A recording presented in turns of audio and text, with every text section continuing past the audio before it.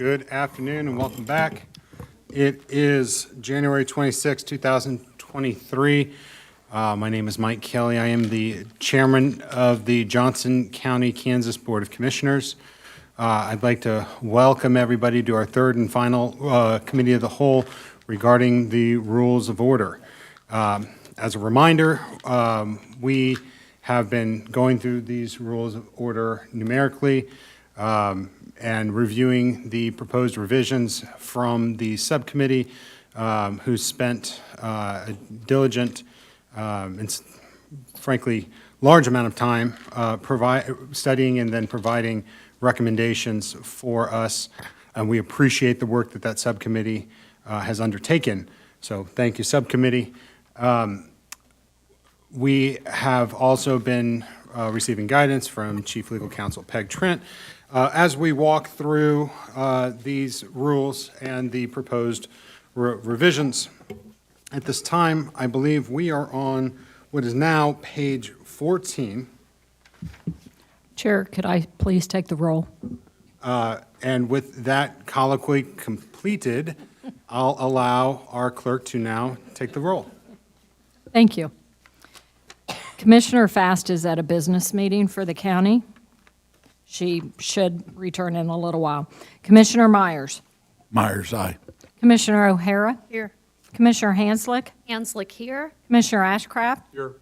Commissioner Allenbrand. Allenbrand, aye. And Chairman Kelly. I am here. Thank you very much. Thank you very much. At this time, I'd now like to turn, we have completed page 14. I'd like to turn to page 15 and start on reports and communications, section 8, and work downward from there. Starting with section 8, the changes that have been proposed. We've talked about the language change to chair. We've included a reference to Robert's Rules of Order number 48, reports of officers. In section 9, we have, section 9 is on commission comments. Time is set aside to allow members to comment on matters related to the business and operation of county government, including liaison appointments. As today being a good example, we heard from various county commissioners about their roles in various liaison appointments. And I appreciate that addition, and does not, in I think my opinion or in the plain language, preclude other comments by commissioners on separate topics like National Peanut Butter Day. And thank you for that reminder. Section 10 is on executive session. Mr. Chairman, should we note that this does not preclude other comments, such as National Peanut Butter Day I and would birthdays? prefer we don't put National Peanut Butter Day in there, but Oh, what do you got against peanut? I'm a jelly man myself. No, I think, It's fine. I personally think it's fine, but if you'd like to add, I don't have any objection to I think saying. just it would be a point of privilege, I guess, that other, Yeah, okay. Chief Legal Counsel. Mr. Chair, I think it's broad enough. It's been in the rules. We're not changing it. I think it's broad enough that it's saying anything that's related to the business and operation of the county government and liaison appointments. With any body, I think we understand the ability to talk Right. and have that privilege of the floor. So I don't think it's necessary to include. all right. Okay. Commissioner Hanslick? Yes, thank you. I don't have any problem with the way it's written, but I think the way that there's been a consensus that commission comment time is a time to report out on your liaison assignments primarily. I mean, you can say other things that you want, certainly, and we all have done that from time to time. But I know for myself, I find it very valuable to hear reports out from other commissioners on their liaison assignments, and I count on that. So I just wanted to mention that I think that to me, that should be the focus of it, but there can be other things added. Thank you, Commissioner Allenbrand. Thank you, Chair. So if I'm understanding this right, this is the appointments that's made by the chair for the committees that we serve on, Yes. appointments. So I too want to echo, did I get that right? We're talking about commission comments. Yeah. We are, and Right. per Commissioner Hansel's last comment, the time is allotted hopefully primarily for reports out regarding liaison appointments. And Actually- I just want to echo, because for me, I know what I serve on, and I know what other commissioners serve on, but we can't be part of every single committee. So I do appreciate those who share comments when they attend a meeting, so that we all know what's kind of going on. Thank you. I can add, just for clarity, board and commission appointments, so we understand what those are, just so you have a Sure, detail. thank you. Any objections? Okay, Section 10 is on executive session. The additions here are just adding to the phrase "board," it's clarifying "Board of County Commissioners," and then a statutory reference. Section 11 is regarding adjournment. It is simply the language change as well as a reference to the rules. Section 12, just a language change. On to Article 7, motion and procedure. Motion, Section 1, just a cross-reference to a prior section of the rules.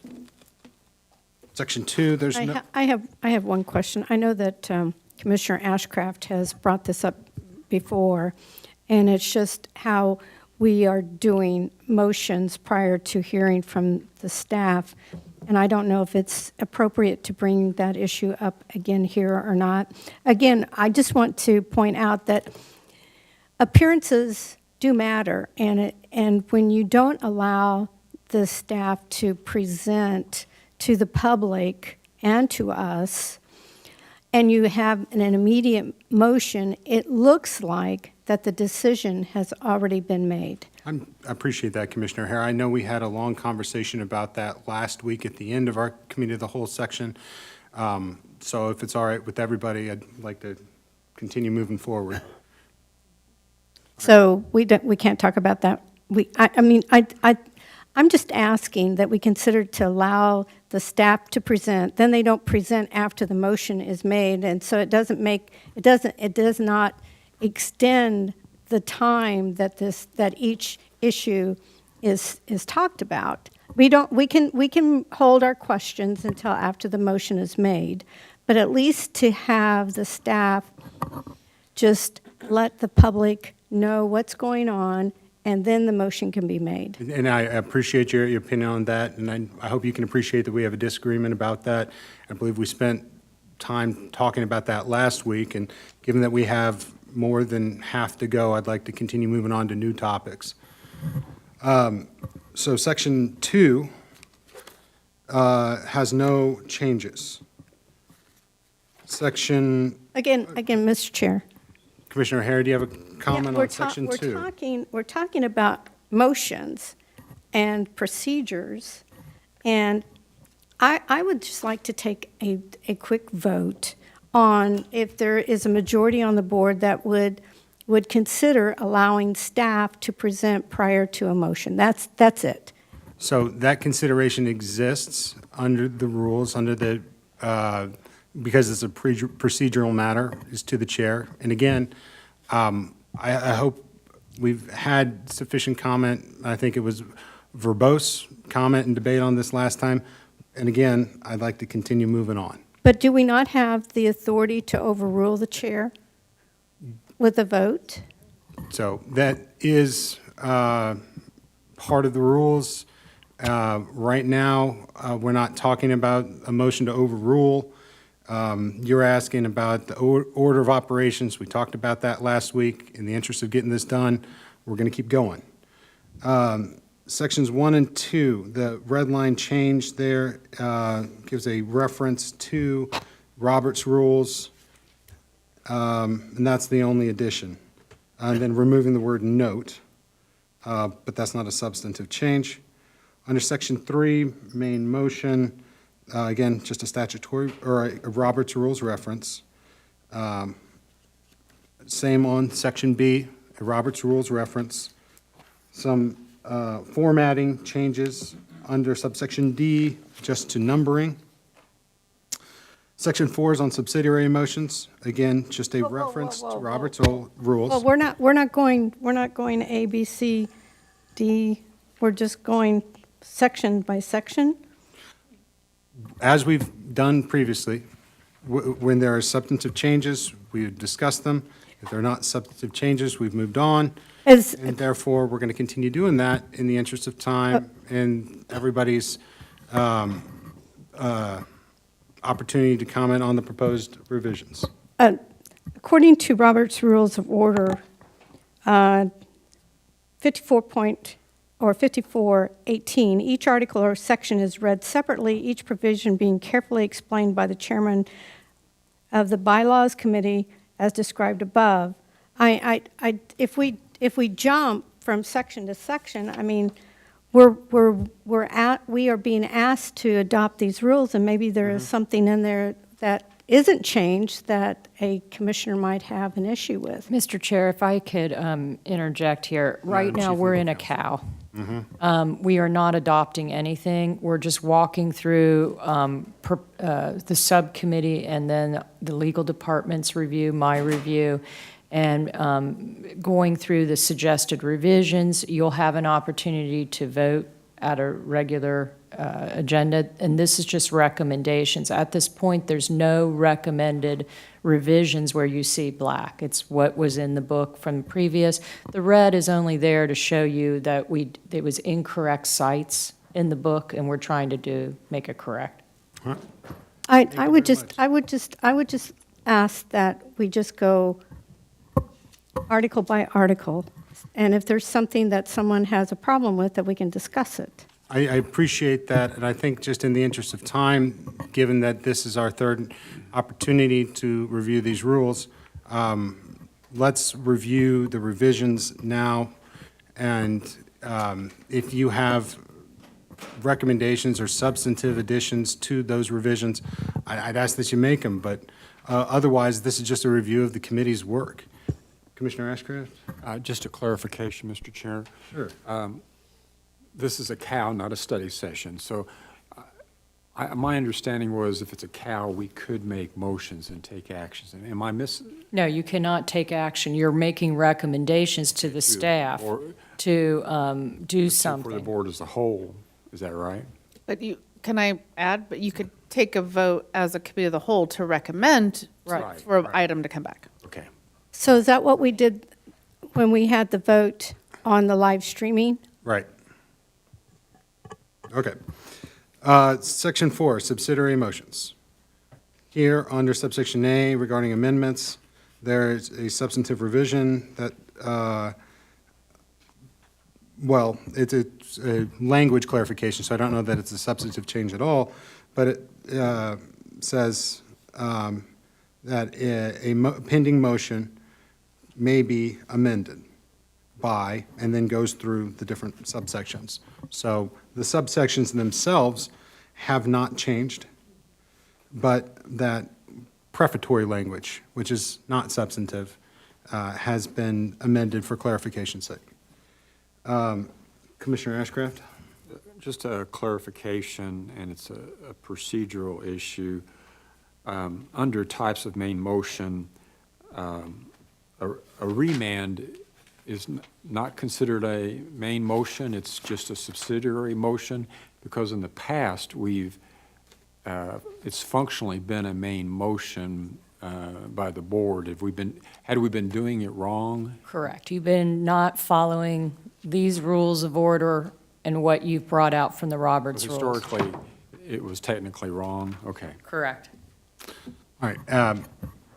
At this time, I'll note for the record that Commissioner Fast has joined us, and we thank her very much for representing us at the City of Leawood, State of the City. And I will let her know that we are on page 17 of the most recent red line version of the rules. There have been no substantive additions or revisions at this point. And we are talking about Section 4 subsidiary motions. Thank you. Thank you. And there is a revision under subsection, or in Section 4, subsection A, 6, the amendments shall be acted upon in reverse order, thus the last amendment presented shall be the first to be disposed of as necessary. And it says for paragraphs A and items 1, 2, 3, 4, 5, and 6, also, it's a reference to the rules of order. So, not a substantive revision, but just, again, back to a reference point, Commissioner Ashcraft. I was wondering if council could clarify what an amendment to the third degree is? Yes, that would be when you have a motion on the floor, and then you amend the main motion, and then you make another amendment to the amendment. And that is the amendment to the third degree of the original motion. That's the third degree, or that's the second degree?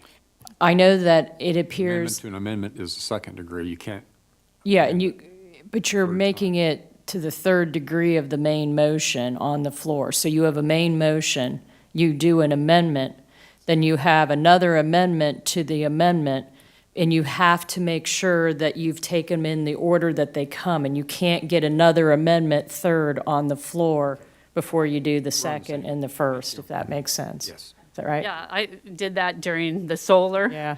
regulations. I amended, was the third person to amend, and then there was no further Right. action after my amendment.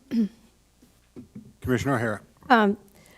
The test to determine if a motion is amendable, can you clarify that? That is A under Section 4.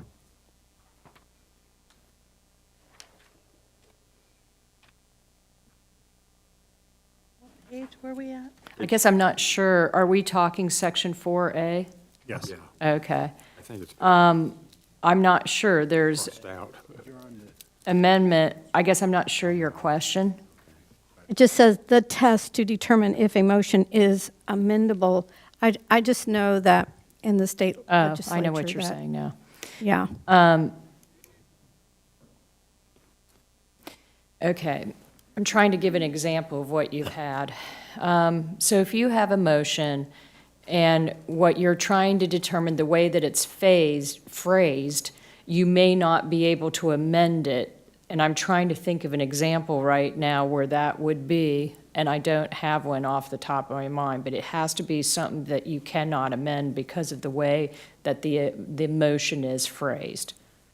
Contractual or, No, because you could amend, Okay. Counselor, the rule used to be if it was a compound subject or compound predicate, then it could be amended. well, no, that's what we did recently, and the chair followed proper protocol when he made the motion to divide the question, and that is proper protocol. Before, we had been doing that amendment going back, and that's the way the former chair did it, but the correct way is to divide the question.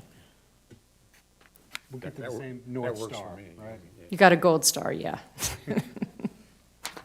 Okay, that's page 17, so on to 18 of mine, the version of my book. There's, Chairman, I'm sorry, this is Penny, I just want to clarify. I think there's slightly different versions, so staff is checking. Because on the screen, it's different than what was placed on our, so I think there was one change somewhere that was made, so a minor one. So I appreciate that. I know you're following the order, I just want to point that out. I'm We're on making copies. base copy. I will do the best I can to refer to the page numbers that are on the screen, or to the article and section numbers to make sure we're all talking about the same thing. And thank you all for your patience with me. If I'm singing from a different sheet music here. So, we're still on section 4, and moving on to section, or subsection B regarding reference, and subsection C, remand, subsection D, defer, and subsection E, table. There have been no recommended changes there. The only additions are, again, references to Robert's Rules of Order, and a removal of the word note for clarity's sake. Section 5 discusses incidental motions. Mr. Chair, I'm sorry. Just a clarification on On tabling? on tabling E, whatever section that is. Okay. This is in reference to tabling indefinitely. Are there provisions elsewhere for tabling specifically or time-specific? That's deferred. Yes, Chair, Commissioner Ashcraft, it's called defer. That's when you postpone to a date certain, but people will call it table, but it's the same. If you put a date certain, it's technically defer. A date or time certain. Yeah. So is it the preferred protocol to call it a motion to defer rather than to Right, motion to time? to a date certain, Yeah, yeah, if you know specifically when you want to take it back up, it would be defer, right. as opposed to putting something on the table, which we then will have a motion to take from the table. Right. Be able to take it up We've when it's done that. appropriate. We have done that deferral in the past for various reasons. Thank you. Appreciate that clarification. Section 5 is on incidental motions. Point of order is an incidental motion. The only changes here is, again, that language change as it relates to chair and removal of the word note. No changes to sections B or I C. have a question. Commissioner O'Hara? On suspend the rules, it is on a simple majority, correct? For what? Under B, on section 5, Yeah. suspend the rules. Said consideration of some question or matter carried out on a simple majority vote. So the suspension of rules, does that require a majority or? Yes, that is a majority vote, but keep in mind, that's on a specific item. So I know what you're going to go to. If I do suspend the rules as to whatever Chair Kelly has directed, you can't do that. You have to do each item. It's on an item that you want to suspend the rules.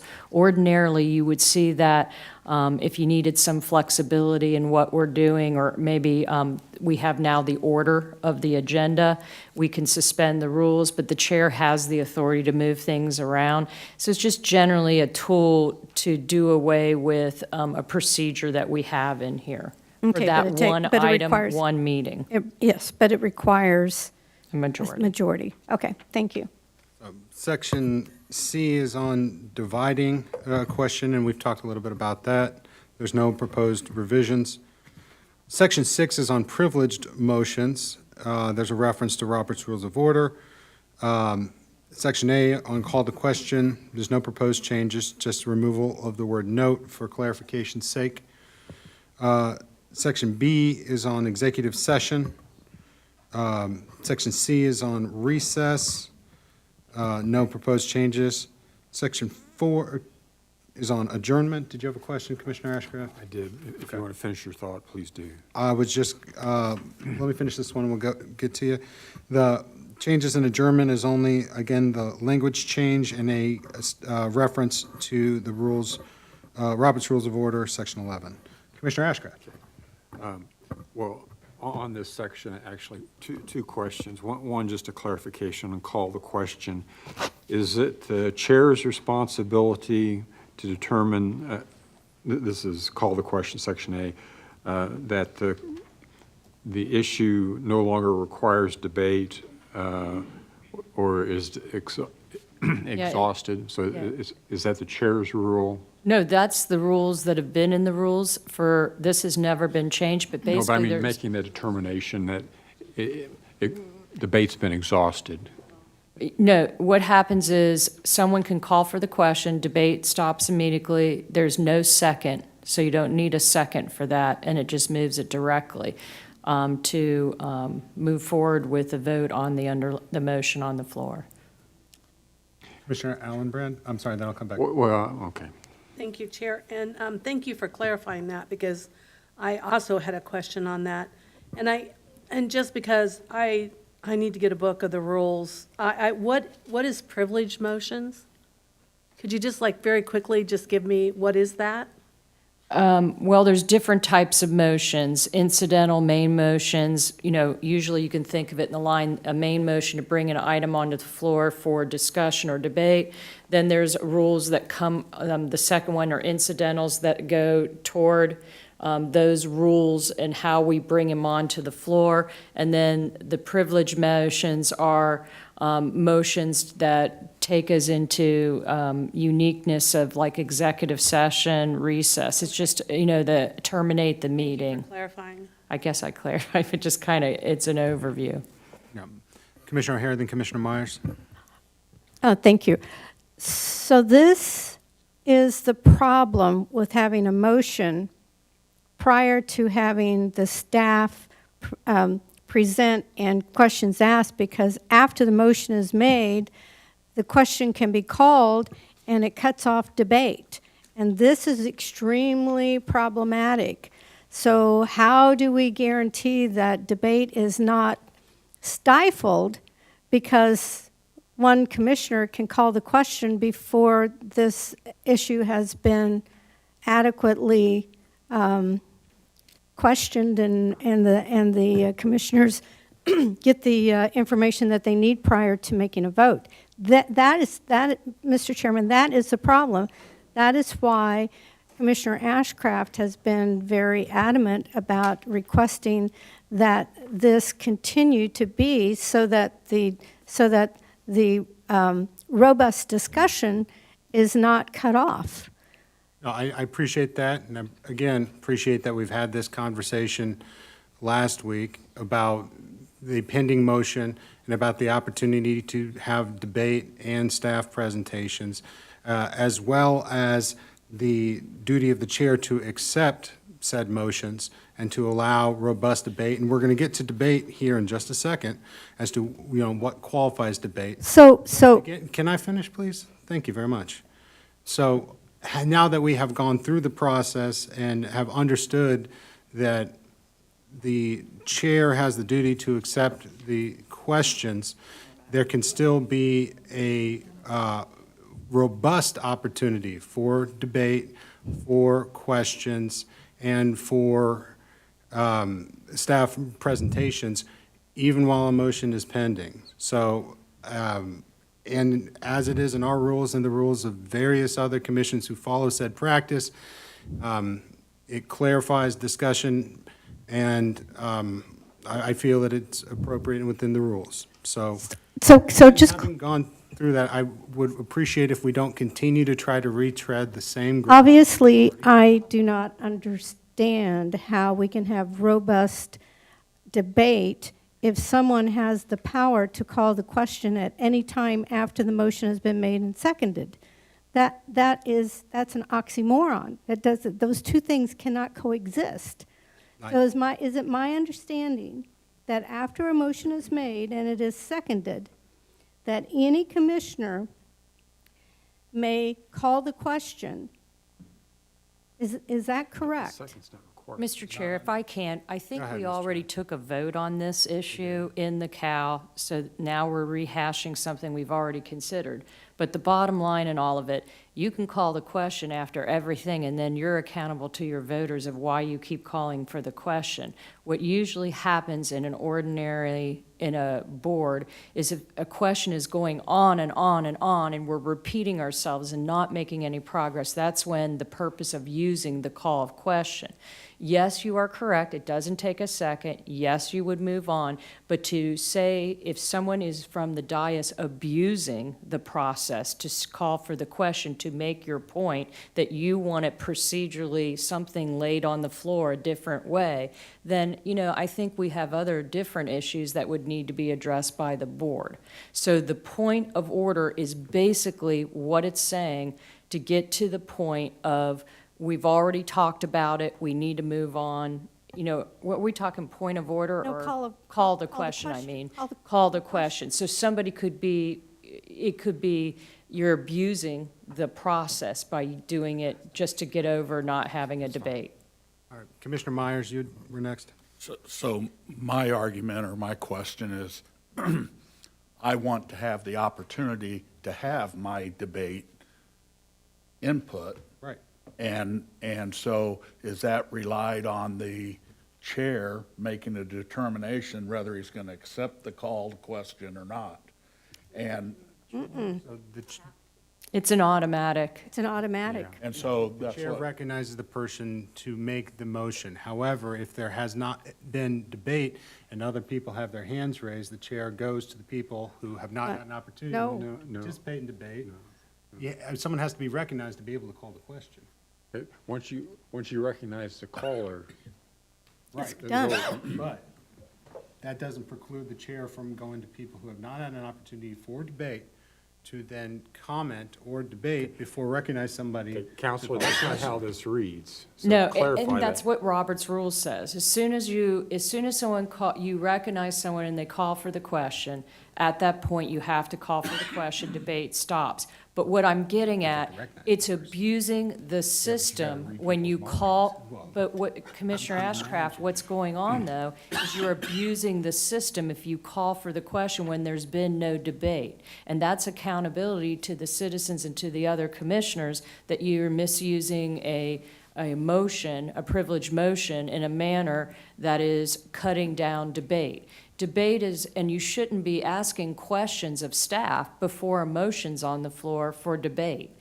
Debate means you're asking questions. So to call and have a motion, it's not uncommon to ask for a motion on the floor before you start asking questions. That is debate. Commissioner Allen Brand. Thank you, Mr. Chair. So maybe I'm in a world all by myself, but, it has been frustrating in the past that we would get into debate, we would hear. Half the time, I didn't even know what I was voting on. There were so many different things going on. You'd have to call the question to find out what was even up for a motion. So to me, I see it more clarifying of how we're running the meeting. So to me, it makes, I know what the motion is, I know it's been seconded, and I haven't seen anything where there's not been debate from constituents or the commissioners. So I guess I'm not seeing that.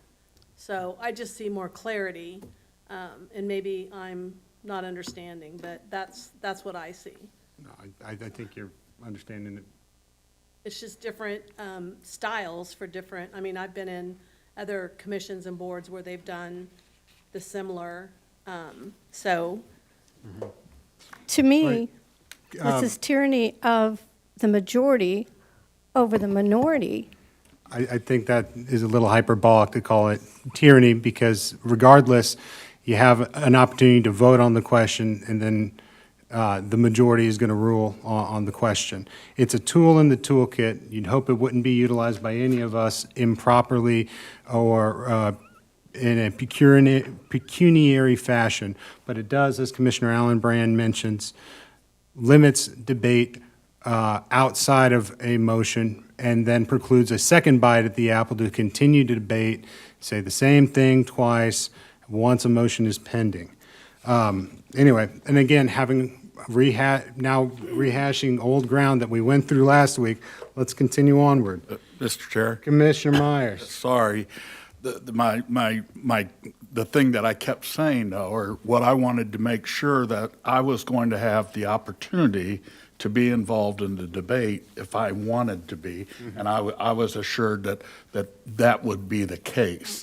What I'm understanding of what's being said, that is not the case, but what I would have to do is appeal to my fellow commissioners when the question is called, that I have some added debate that I want to have put in, Yeah. so that they would vote against the call, so the call question is the call Nope. question.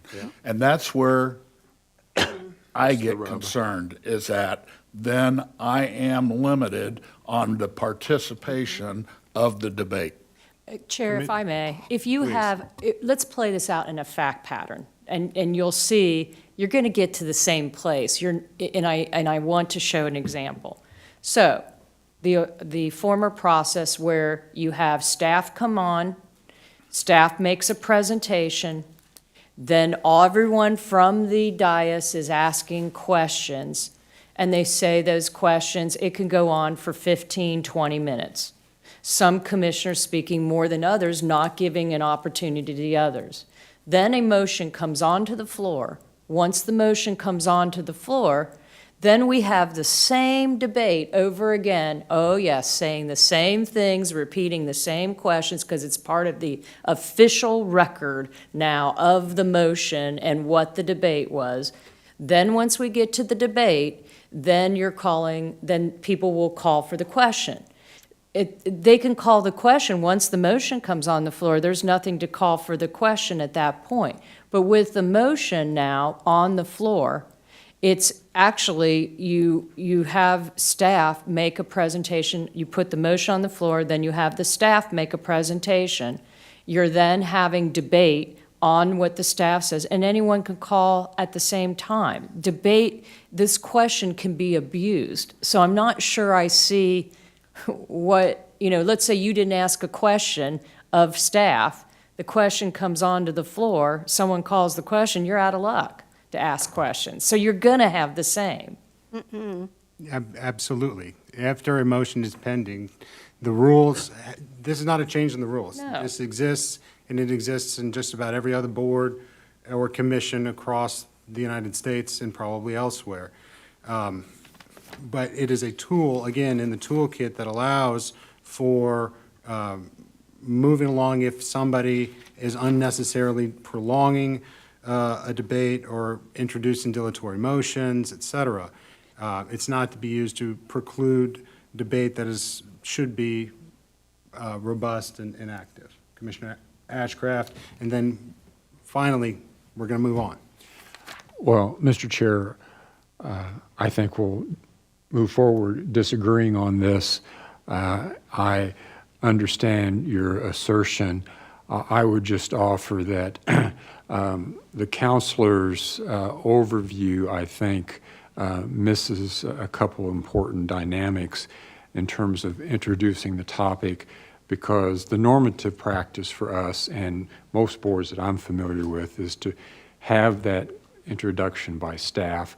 But our practice had been to understand what other commissioners were thinking, digest that, also get input from the public and consider that. And that, to me, was value added after the motion was made to have the debate, because I may have had a misunderstanding, and it gave me an opportunity to reflect on that before the vote was called. This change, and I will concede it is within order of the written rule, does make the dynamic different. It shortens it, and it also eliminates the value of having that public input. So I think we'll disagree, but I would say that I don't dismiss the value of that additional dynamic, because at the same time, it also had a tendency to shorten the debate, as it were, after the motion was made, because we understood better. So I don't believe it was a waste of energy and effort by staff and the public to get that input. Well, I can appreciate that we're going to agree to disagree on this one, and probably be the first of many, but that's okay. No, it's not the first, but it will be of the many. Well, another of many, how about that? Okay. But regardless, let's keep moving forward in these rules. We are on privileged motions still. Let's talk about adjournment.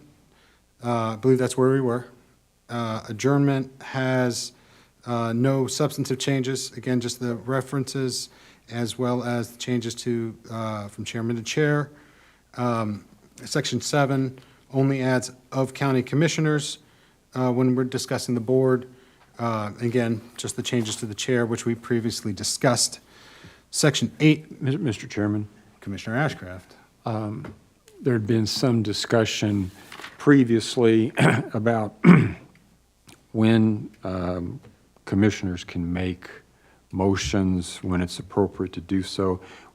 Are we going to discuss it at this point or some other point? You're talking about motions for additions to the agenda? Well, that or related to any agenda item, for example, at commission comments.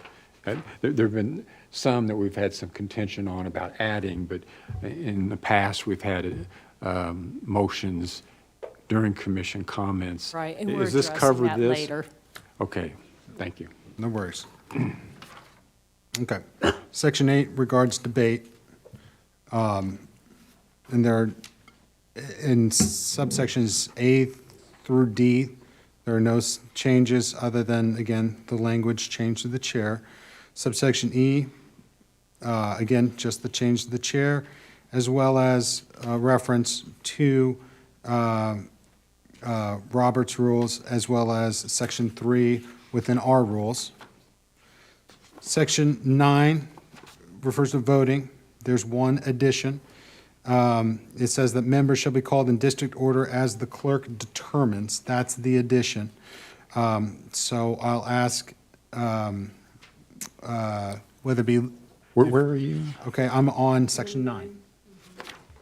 Okay. You there? The clerk? And it appears I have the wrong draft up, so if you could continue and I'll pull up the right draft. Sorry, I have a bad habit of just looking at the paper as opposed to the That's computer okay. screen. But something about the clerk was added, because I don't No, have you that. don't. As the clerk determines. Where? So, As the clerk determines. right here. Peg, I don't think it's drastically different. I think if you proceed, you'll be fine. I don't have As it. long as you say the sections and things like All right. Chairman had suggested. So let's have just 1 minute.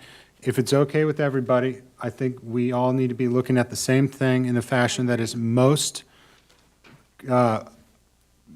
conducive to us understanding the process and being on the same page. So if we want to take just 5 quick minutes, let's print out copies for every commissioner, and we can look at those, so there's no confusion moving forward. With that, I'd ask for a brief 5-minute recess. Thank It you. would be I helpful, yeah, appreciate if she that. had it. I have it up and I have the copy. What it is I We need didn't the copy. click on the changes to have the red. So it's a user error. It's my problem. Would you like a printed copy of the most recent version? Well, The most If she- recent one online. Yes, But it if is. she's- If you go to online, that's where I'm But I at. was told I had a recent, I had the current copy. Okay.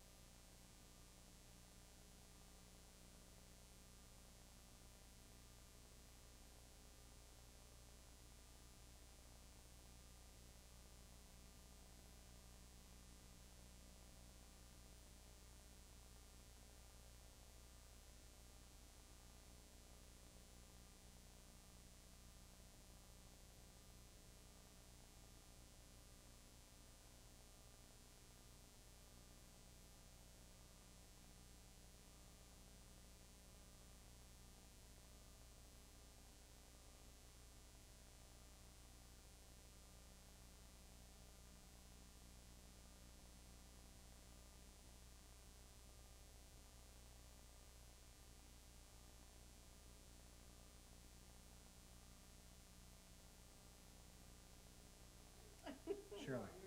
Okay. All right, everybody ready? We're going to wait till the clerk's ready, and then we're going to get back on and fire through.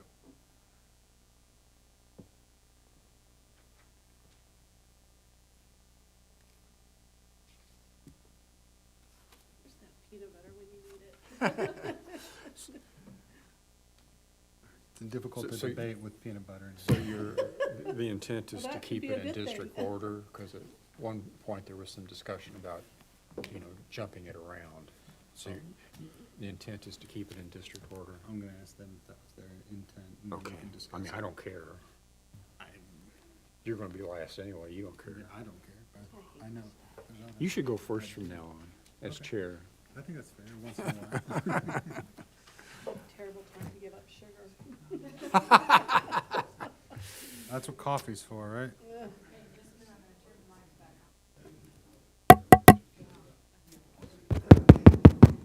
All right, ladies and gentlemen, we're back on the record for this committee of the whole. We have gotten copies, we've gotten the right version up, and we're going to keep moving forward. We are on section 9, voting. There has been a small insertion here that says members during voting shall be called upon, members shall be called in district order as the clerk determines with the chair called last. So let's discuss the rationale behind the change and what that potentially opens us up to that's different from the way in which we have been voting previously. Mr. Chair, the clerk has requested that, due to the way things are set up, and changing that order, it's easier if you start with 1, 2, 3, and going through. But the clerk is working out a process in order that we can switch it up as to which district goes first. And so they put, as the clerk determines, to give that authority to Linda to change it, because it can vary who goes first and second, and we didn't want to bind her to say it has to go in this order by district, 1, 2, 3. So this is trying to accomplish, to give that clerk the authority to mix it up. For what purpose?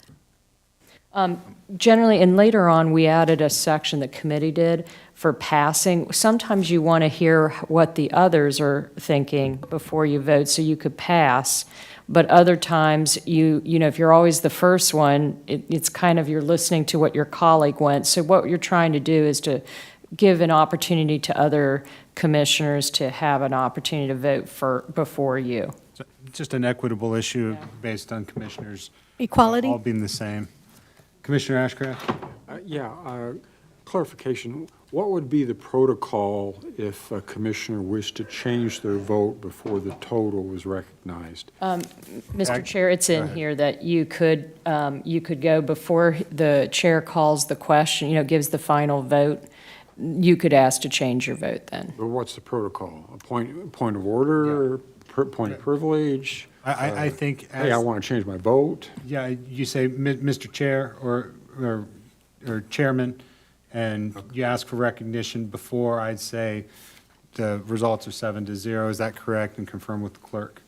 And just seeking recognition allows you under subsection E of the current section that we're talking about to change the vote before the next item is called for consideration.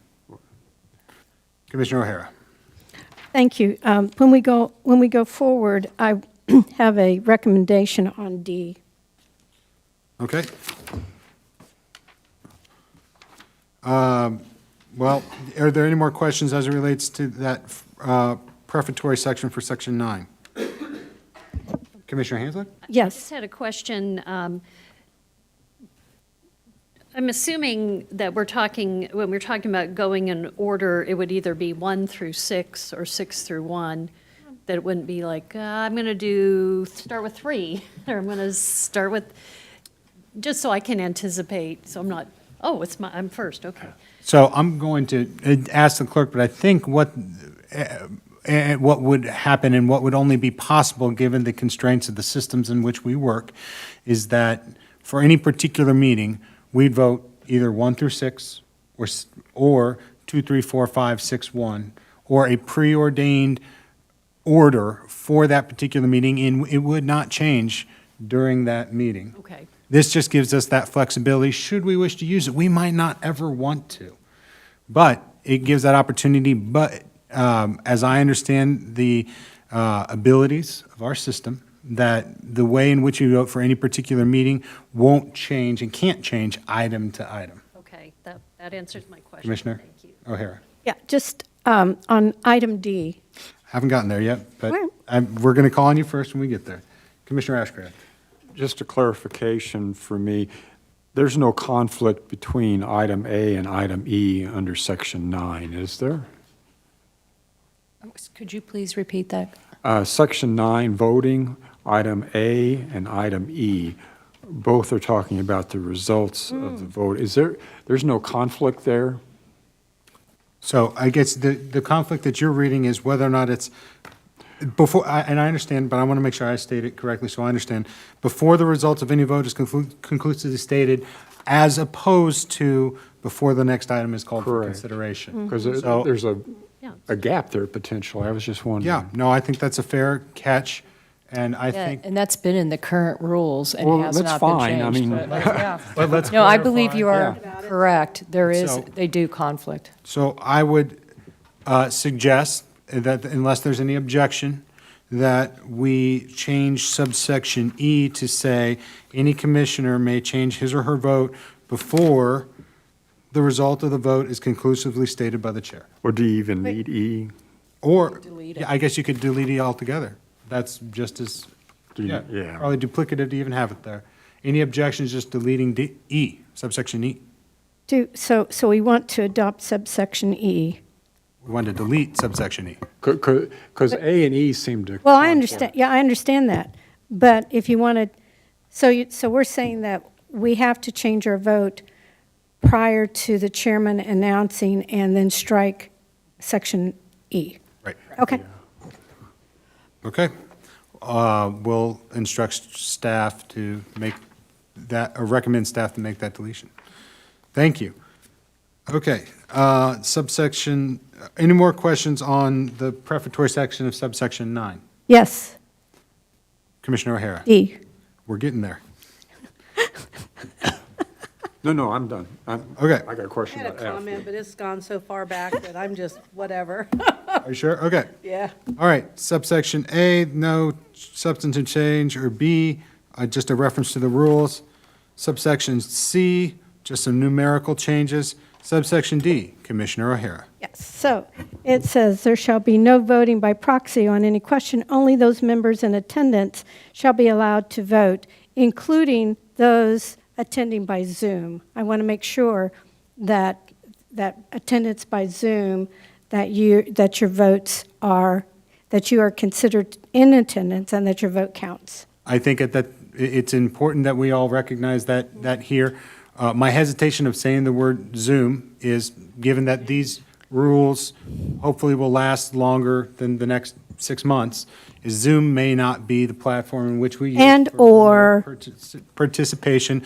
I think there's a section on attendance, and we're going to get there. And Commissioner Fass had some, or no, we have already talked about attendance. Yeah, I Yes, just we added did. it. And Call. Mr. Chair, I just added a section, in attendance by audio or video conference shall be allowed to vote. And I just Thank you. added what we Is that had a from Yeah. previous. Great. Okay, subsection F is pass. If a member, when called on to vote, is not ready to vote, but wishes to be called on again after the roll has been completely called, may answer pass. That's allowed for under Robert's Rules of Order. We have utilized that previously, and now we are simply putting in it as a recognition that that opportunity does exist. Any questions on the pass? I was just going to comment, that's a good addition. I pass. I appreciate it. There's been times that I'm the first and haven't had time to think, and then I vote, and then I've regretted it. Mr. Chair, that I was going to make that comment, in previous boards that I've worked on, there's always been a rotation of voting, so 1 and 6 are always going to be the first, to go in the rotation, so it's very common to do that, and I appreciate the pass, too. Very good. Section 10 is on reconsideration. There's, the only addition is a reference to the rules of order. There is no change to the section 11, statements for the record. Subsection 12, or section 12 is new, and it's called point of personal privilege. It says a member may wish to speak to the board on a matter not directly related to the floor debate. The member may ask the chair for a point of personal privilege. If a point of personal privilege is granted, the member may address the Board of County Commissioners. Any questions? Commissioner O'Hara. Thank you, Chairman Kelly. Can your ruling be overridden by a majority of the board? I believe that it cannot. Well, this is new, and so typically, point of privilege is given, but if you don't, then it seems like that the majority of the board should have the opportunity to overrule you. Well, I disagree, and we can get back into the whole debate about the Home Rule Charter, but I think we've been through that very clearly about the procedural discretion. Commissioner Ashcraft? Could I ask Commissioner O'Hara the context of her question? My context is that if you ask for a point of privilege and you are denied, Oh, And then the board would have an opportunity to override the chair. There's nothing to preclude that. No. So we could add that, and probably would never be used, but at least it's a fail-safe that if, for some reason, there's animosity or whatever, and the chair decides not to recognize someone, that the majority of the board could overrule that. Chair, Go ahead. I would just clarify, I think the purpose of the rules of order and Robert's rules is to put mechanisms in place if you follow the rules, even if you're in the dissent or you want a position brought forward, there's mechanisms to bring it forward. And I think as we get further down, you'll see there's a way to bring something onto the floor. So I think what I'm trying to say is you're trying to build a process where you don't have to do all of this cumbersome going with appealing if we just follow the rules and give you those opportunities to bring what you may feel onto the floor. But this is a new addition. Well, Commissioner Ashcraft's been using this for a long time. Yes. The privilege, so, and it's been. He has. Have you ever been denied? Yeah. yes. I have, but I get denied all the time, but that's Times fine. did you ask it? Right, no, that's the point. And I'm not Thank you all very much. I'm not bringing us up to go back to discussing this again, but under reconsideration, I'm assuming that that would allow us, for example, if there was a motion made and then somebody immediately called the question, cut off debate, this allows for it to be brought back up again during the same meeting. So there is a. next Or meeting. the next meeting. Yeah, or the next meeting. But this would be a way to bring it back up again and have the discussion, is And that? we may want to clarify that because this does say in the same meeting, under Robert's Rules of Order, it is the up next to the meeting. next meeting. So this is different than Robert's, and if that's the case, you may want to have it, they had it reconsideration during the same meeting, not the next meeting. So just so you know. So do we want to That add differs. next? I've always seen it the next meeting. I know that's Robert's Rules of Order, but we have followed it, even though the Rules of Order provide, our Rules of Order that we have adopted previously conflict with the Robert's Rules of Order, which allows it at the next meeting. Commissioner Ashcraft. Are you done, Commissioner? Yes. Just a clarification, kind of on protocol on Section 11, granted the privilege of filing a statement for the record. How would that work? Yeah. How does that work?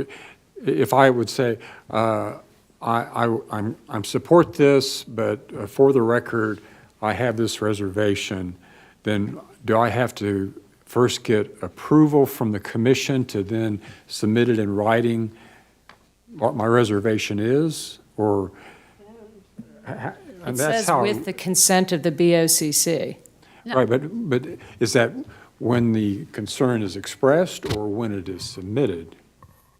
When it's saying that you have to, Chair, that Commissioner Ashcraft, that you would have to make that known on the record at the time that you will be submitting a statement of the record, and then there would need to be a vote on your ability to do that, I presume. Is it, okay, that just seems cumbersome. Commissioner Fast, you had a question. Yeah, I mean, like residents submit for the record to Linda, and I don't see why that needs to be a vote. If, legislators all the time in committee meetings, I'm submitting my comments to the record. Well, no, I Yeah. would agree, but the. Yeah, I know, the It vote seems is, cumbersome. it's not 'Cause in we've line with other never- public bodies. We've never required a vote before, but we evidently haven't done anything If I may, right it means before. your minutes are going to get long. You could probably say on every item, because if you're in the minority, you disagree or you agree, you're going to be putting a statement like we're in a Supreme Court opinion, Right. concurring and not a concur, you know what I mean? And so I'm going to recognize Commissioner Hanslick in a second, but I think the idea there is not to allow for abuse of the process. And somebody said, oh, I'm going to submit a statement for the record and add 72 pages reciting the entire Constitution of the United States because they feel. It's not that long, Mr. Chair, but thank you. Among other things. It depends on how big the font is, right? So, Fair point. No, I think in the ability to keep our meetings digestible for the public, and maybe if there's a particular document that you want to add to it, I think that's the purpose here, and as opposed to somebody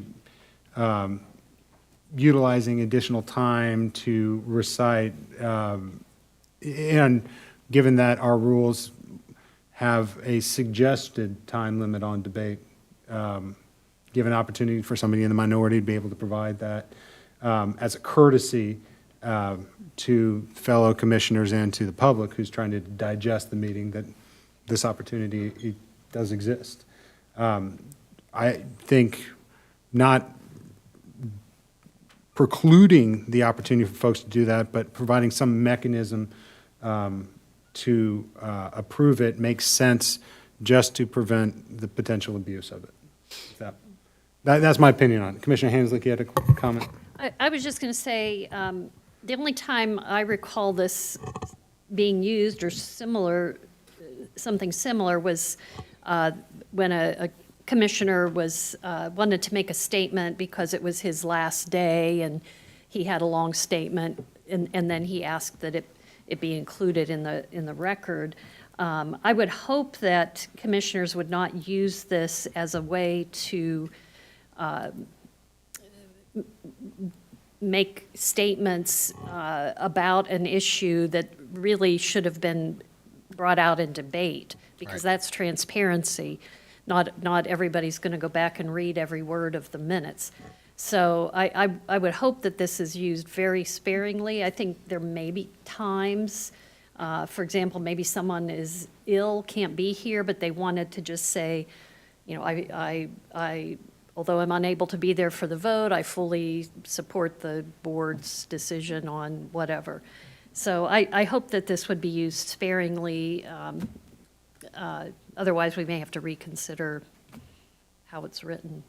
Commissioner Ackroyd. Thank you, Mr. Chairman.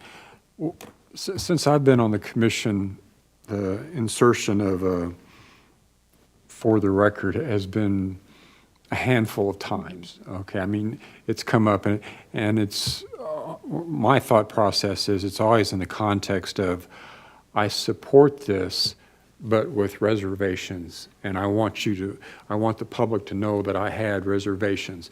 And it's somewhat akin to what Commissioner, I'm not trying to pick on you, Charlotte, but you kind of did that today. You didn't actually ask it for it to be on the record, but you wanted to articulate, I think it was the bus thing. You voted for it, but you still had reservations. And that's the context that I was thinking, because sometimes the votes and the presentation is really very black and white, and the thought process many times is much more subtle than that.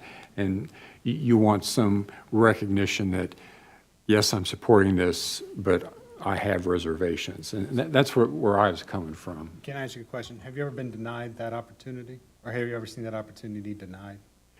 Well, I can't say that I have, but it's never been recognized either. It's been more in the context of, for the record, directed at the clerk, please include in the minutes, blah, blah. And I've probably only done that 2 or 3 times in the last decade, so. And so I think so long as that's the case, I don't imagine anybody on this board would be precluding other commissioners to be providing that context. Well, that's great, but that's not what that said. It says that the member may be granted the privilege of filing a statement for the record. Granted. So I With the don't- With consent. the consent of the board. Right, and so I'm saying I don't imagine that this board will have reservations to allowing members to provide statements for the record unless, of course, Right. it's being abused. But if you take away that opportunity for any kind of regulation in the worst-case scenario, then there's nothing we can do. So at least having that opportunity, that option, that's fail-safe, is, I think, why it's appropriate. And that's fair enough, but if we're going to be more adherent to these rules, I was just wondering, then does that require a vote when it says consent of Yes. the board? Yeah. Okay. Commissioner O'Hara?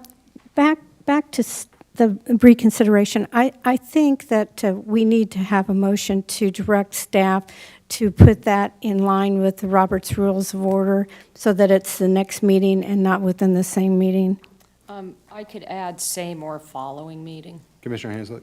Oh, my concern, and I appreciate what Commissioner O'Hara is saying, is if there's an item that has required members of the public or certain people to be here, I would not be comfortable saying, well, you have to come back to the next meeting.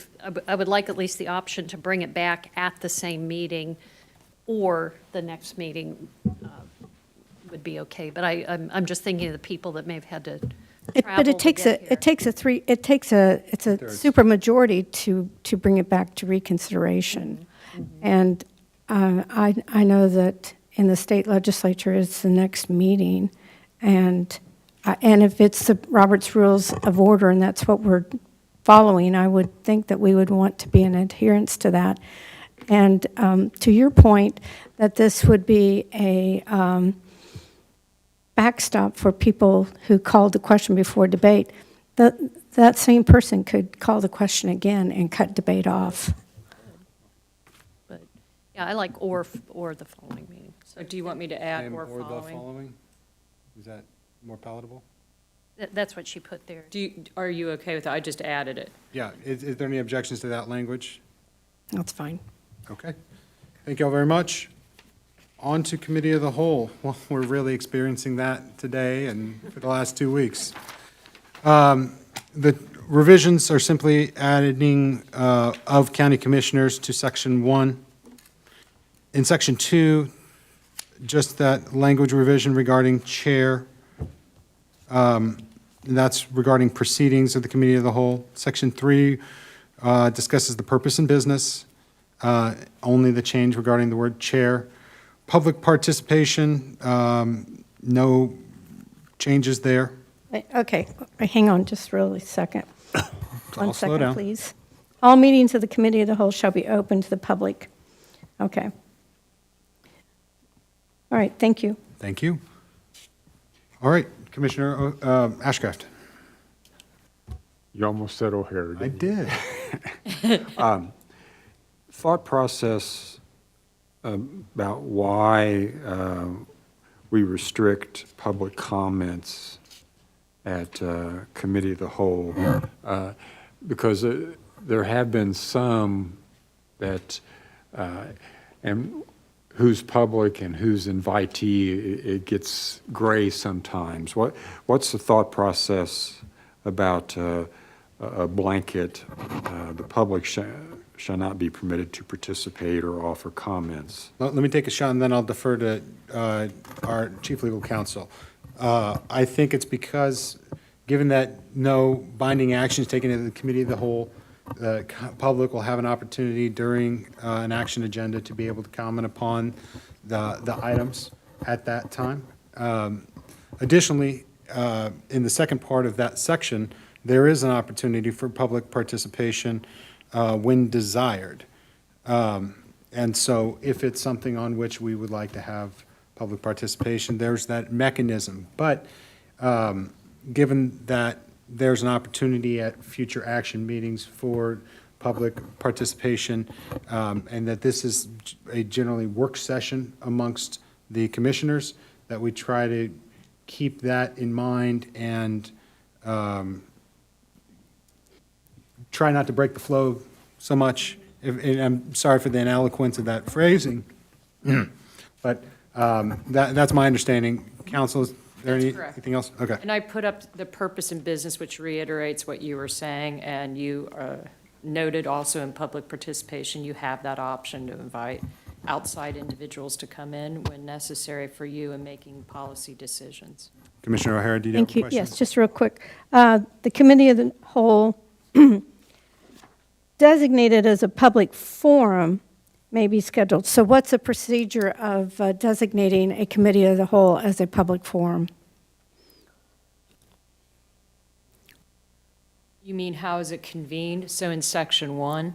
That says, I think meeting it's of in the committee section of- 4. yes, section 4, I'm sorry. Thank you. The meeting of the committee of the whole designated as a public forum may be scheduled, and I'm just wondering, how do we designate a committee of the whole as a public forum? Open meeting, noticed, so the public can freely be in here. So when we publish that it's a committee of the whole, That it's open. All meetings of the board are open, so even when you do study sessions. Yes, I know. Downstairs, those are open to the public. It's just making sure it's open to the public. but that we would accept comments. No, not in the committee of the whole. It says that a committee of the whole as a public forum may be scheduled and all public forums shall. Well, okay. If you decide that you have a specific issue and you want to do that, you can notice public- that you can up. have it It's as a- kind of like a public hearing, but you don't want to call it a But public hearing. it's a committee of the whole that is designated, and so what's the protocol of opening a committee of the whole as a public forum? Just, Is that under the? yeah, it's just like in here, you would open it up and then say, there would have to be some discussion of whatever the forum would be, and then allowing public comments, divided on issues. I've never seen it in a committee of whole ever in my legal career of over 30 years. Usually it's in the regular meeting, they'll take comments on an issue. It's just that it's here. Yeah. It's specified within our rules of order. In Robert's Rules of Order, it does discuss the availability, so this was pulled from way a long time ago, somewhere from Robert's Rules of Order, and they've incorporated it. Okay, thank you. So we don't really have a protocol. Commissioner Ashcraft. Well, just a question, Mr. Chairman.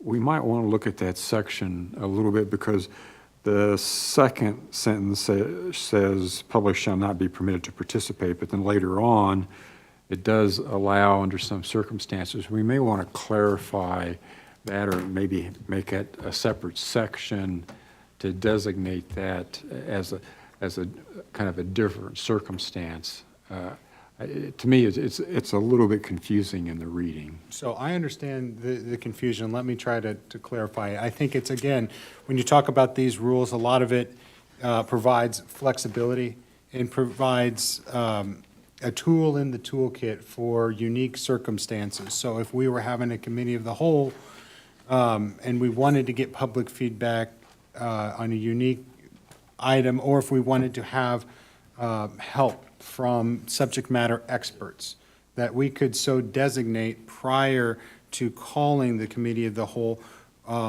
and prior to putting out an agenda, to recognize that that was a committee of the whole that would allow for designate it as a public forum. I think just how, in the same way that committees of the whole are called now, that the opportunity to call a committee of the whole as a public forum would be done in the same way.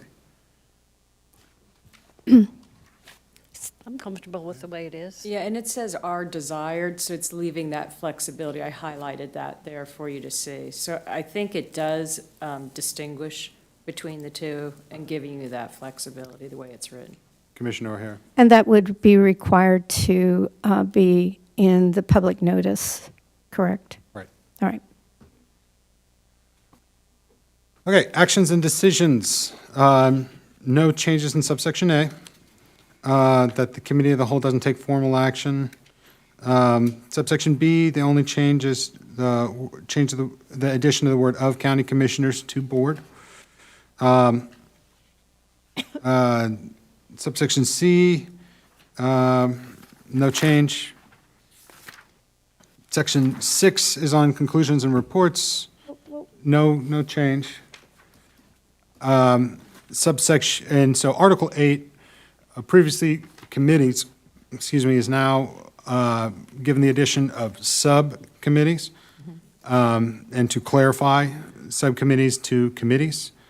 And the additional language at the end of Section 1 says that all subcommittee members are expected to adhere to the policies and procedures enacted by the Board of County Commissioners, including the and I think there's an additional word there, and the currently adopted Code of Ethics for the Johnson County government. Which page are you on? 23. Okay. Thank you. Okay. Section 2 refers to operation of subcommittees. Adds the preface of sub to this to clarify that this is regarding subcommittees. Adds a statutory reference to open records in the Open Meeting Act. Section B discusses staff support for subcommittees.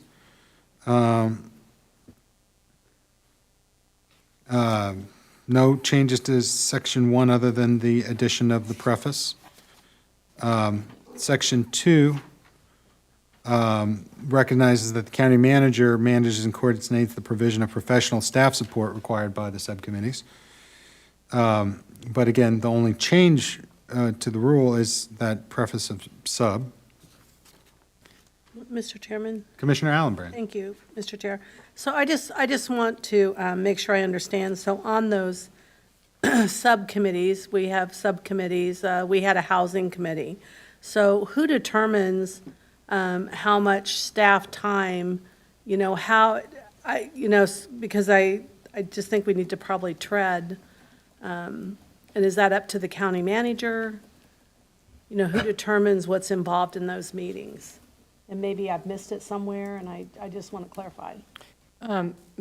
Mr. Chair and Commissioner Allenbrand, with the subcommittees, normally there's two ways to create it. It could be by motion here or by resolution. And if a subcommittee is by resolution, then you can outline that. But generally speaking, that goes through the county manager to Okay. determine that support and how that's provided. Okay. But the clerk does need to be present because they're open meetings and open records, taking minutes just so that we understand what they're talking about. Any other questions on the subsections 1 and 2 of staff support? Are you on agendas? Not yet. Okay, I'm almost there. okay. Subsection C, right above agendas. Doesn't have any changes to it other than adding the preface to sub, but does reflect that by majority of vote, the county commissioners can relieve a subcommittee of further consideration of any matter by a motion to discharge a subcommittee. Commissioner Ashcraft. Yeah, Mr. Chairman, we had some discussion about the titling of chair and versus chairman, chairwoman. Right. And I was just wondering, do we need to be sensitive about, I'm trying to find what section this is, under committees, section 2B, number 2, the county manager through his office? Oh, yes, thank you. Nice catch. Okay. Thank you. And I had noticed that there were others, so you might want His to. slash hers. I'll do the county manager or designee shall manage. Yeah. But you may want to look through the whole document. I think Yeah, there I'll were a make sure. couple. Thank you for calling that to our attention. Very good. Any other questions on subcommittees? Okay, agendas. Section 1, the meeting agenda, no changes other than the language of chairman to chair, as we've previously discussed. On the preparation and schedule, no changes in section 2 until we get down to subsection D.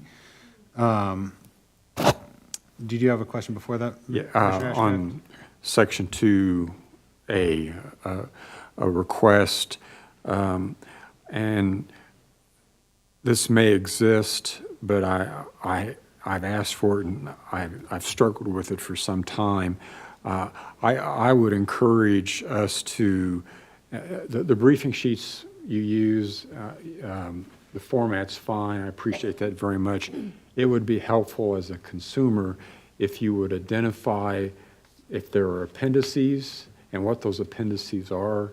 especially when I have to do work on my iPhone. I mean, it's a challenge sometimes, but that would be helpful.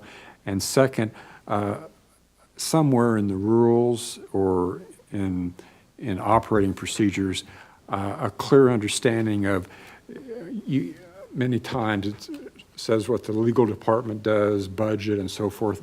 I'd like an understanding of when it says the legal department approves something, what exactly that means. In the We've been debating that, in the too. context, in the context of the briefing sheets. Nobody Because on some briefing sheets, it's inconsequential, but other times it's just like, budget approval, it's like, okay, so we verified not just that the funds are there, but it's within the law, and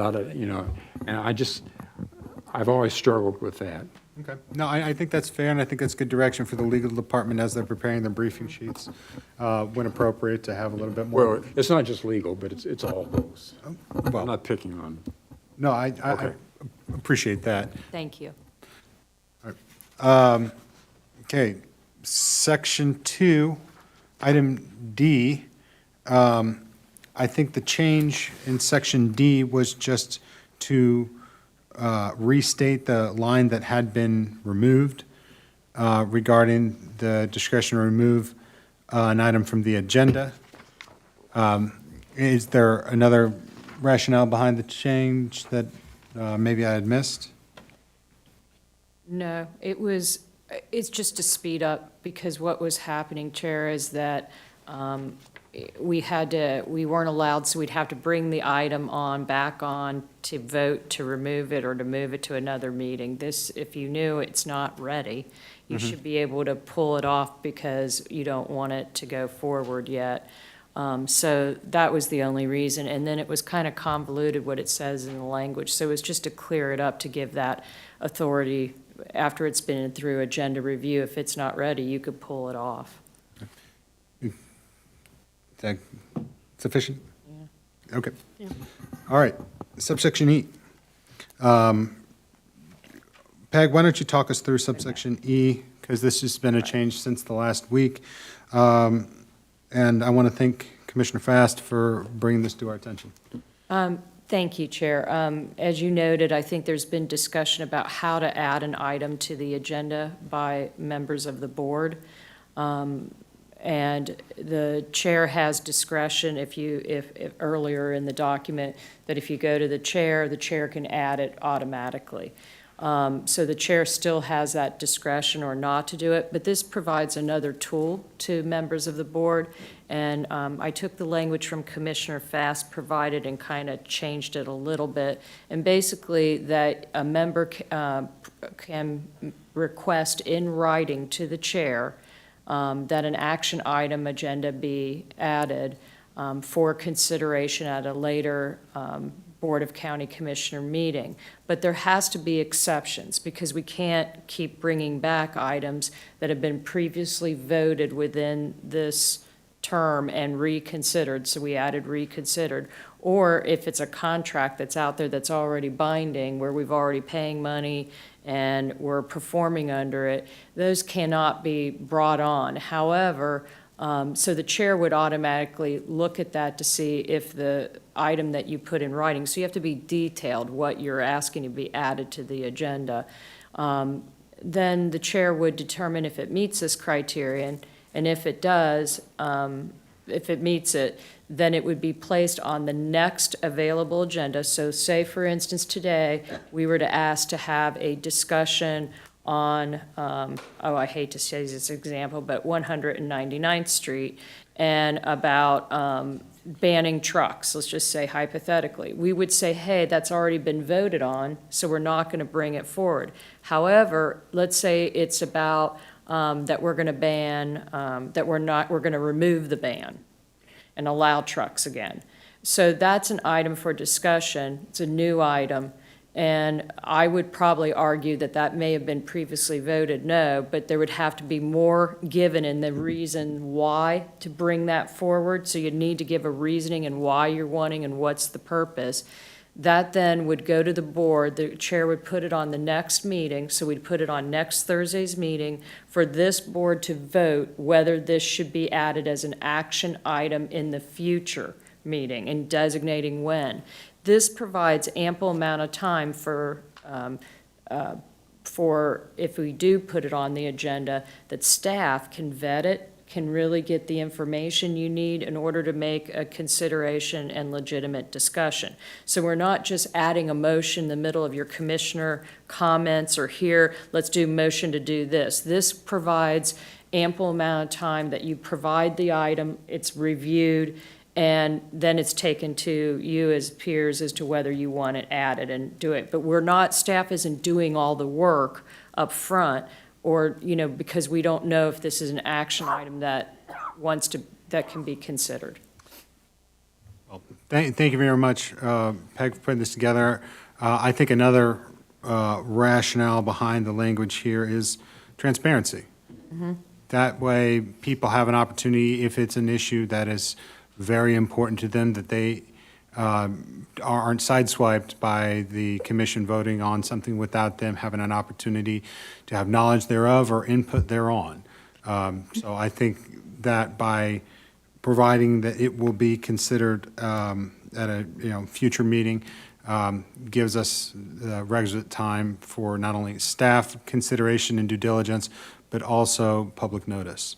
Commissioner Fast, did you have thoughts on Well, this? in the city levels, and, and when I was on city councilor, you have in committees that the councilors bring it to the committee, and then it would come forth out of the committee, but we don't have that. And so in cities, the councilor always, like, when I was in city council, I'd write up research, action. I would give a policy brief, just like we do here, to get the committee to agree with me, and then I'd bring it to the council. I think the thing that's really bugged me is that we have motions flying all the time. Half the time I can't hear, and so then I tend to always vote them down because I don't have it in writing. And I think it needs to be in writing for constituents, and that I have a week to think about it. And we've really gotten, from my first year, it wasn't like that, but during COVID, it's just motions everywhere, and without the public knowing what the motion is or, the impact, and without any justification for that motion. Commissioner O'Hara? Just a couple of comments. I think that this is wonderful to have a structure in place. And Commissioner Fast, I appreciate your input. Counselor, it precludes us to have any motions on prior decisions. Can you speak to the City of Topeka and the Raceway and that Supreme Court decision as to how previous decisions are not binding to a new council? And I just want to make sure that that is not in conflict with this. Yes, that's why I put current Board of County Commissioners. So let's say there's an item that was previously decided by a former council and commission. This is every time you're newly seated. So, conceivably, this wouldn't, if you could bring something back that was previously considered by the old board. And this is because of that decision that's why I said current. I know there was some language that was put forward, but we have to make sure we're in line with Kansas. Okay, so if it has been a decision by a prior board, then it can be brought up again. Correct. Okay, thank you. Commissioner Ashcraft and Commissioner Hanslick. Thank you, Mr. Chair. Ms. Fast, thank you for trying to pull this together and offer this. A couple of clarifications, Counselor, on the reading, and I would call it the plain reading of this.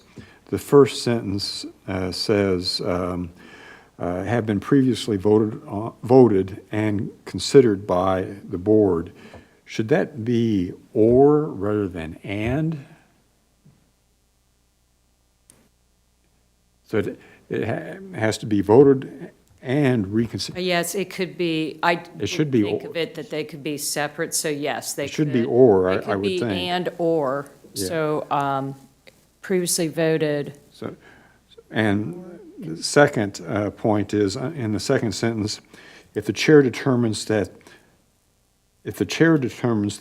the matter meets this criterion, it looks like there are at least 3 and now 4 criterion, so shouldn't it say meets any of these criterion? See what I'm saying? Yes, I see. Yes, thank you. Okay, and I just, That's 4 catches on your. yeah. Thank you. See what I'm saying? Thank you. No, I get it. Because it's a It could be one of compound. those, like, yeah, you're right. Would you mind muting?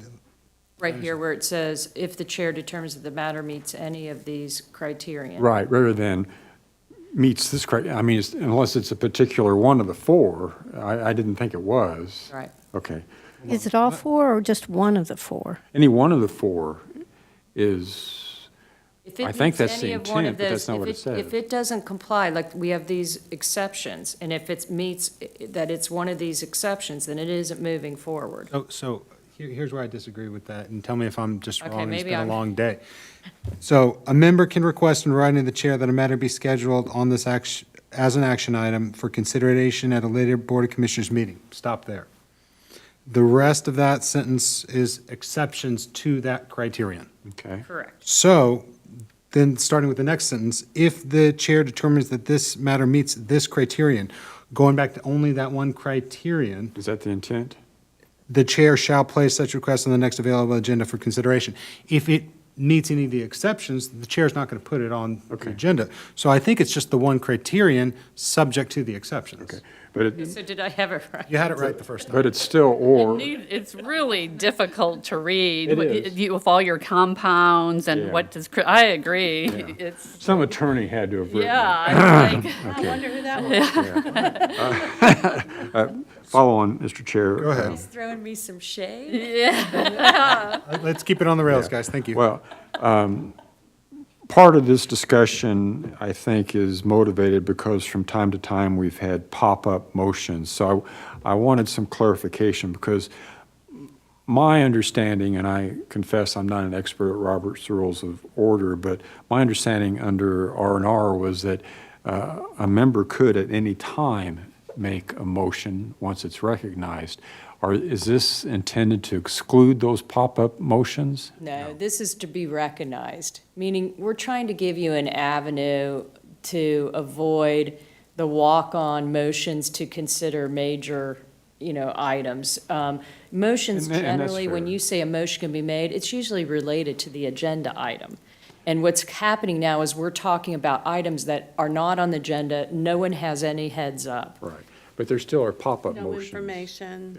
What's your pop-up motion? Well, during comments, people Exactly. during COVID, all of a sudden, we're gonna, it's like making motions during comments. There's no agenda item during comments. Right, in comments, if you look, there's a section related to comments of commissioners. It doesn't say this is an opportunity to bring motions under these rules. It's an opportunity for commissioners to comment on items related to the board, including liaison assignments. I think that's kind of the verbiage. Well, that and we're the utilizing. business meeting has ended when you go to comments. The action agenda has ended. You're Right, absolutely your right. act, that So portion of the agenda. And so I'm trying to make sure I understand what Commissioner Ashcraft is getting at too. If you want to add something to the agenda in a pop-up motion, Well, not just add, but act on it immediately. That's what has happened from time to time. from time to time, those don't have to be recognized by the chair. In circumstances, the chair could recognize those and add that if circumstances require. It shouldn't be a usual practice. This gives an avenue that members, subject to the will of the majority of the commission, can add things to our consideration, absent agreement by the chair to add it to the agenda. So it's just an avenue. So you still have the controls for the I call them pop-up. Right. But you understand what I'm saying? I do. But this is now an additional mechanism for the more formal briefing sheet type of actions. Correct. Okay. Commissioner Hansel and Commissioner O'Hara? I just had a question on clarifying the responsibility of the chair. in the sentence where it says, if the chair determines that the matter meets this criterion, the chair, should it be shall, may, or must place such request on the next available agenda? That they will. Because I could say, I would like to request a agenda item that would require everyone in the unincorporated area to have 3 dogs. And the chair might say, well, that's absurd, Should be 4. Well, I want to clarify, there's usually more. Yeah, well, I'm just using an example. But would the chair be required to bring that, be under the way this is written? Yes. So do we want to give the chair any leeway in that to say, hey, that's not that's a, yeah, You'll vote as a board. I suppose so. And before we get into the merits of the item, the title alone on that one, I think, will sink, other than we really want to clear the shelves at Wayside Waves. Yeah, this will be for consideration of, are we adding this to a future meeting? Now, that won't mean we get into the substance of the requirement. It won't mean that we'll have a staff report at that time.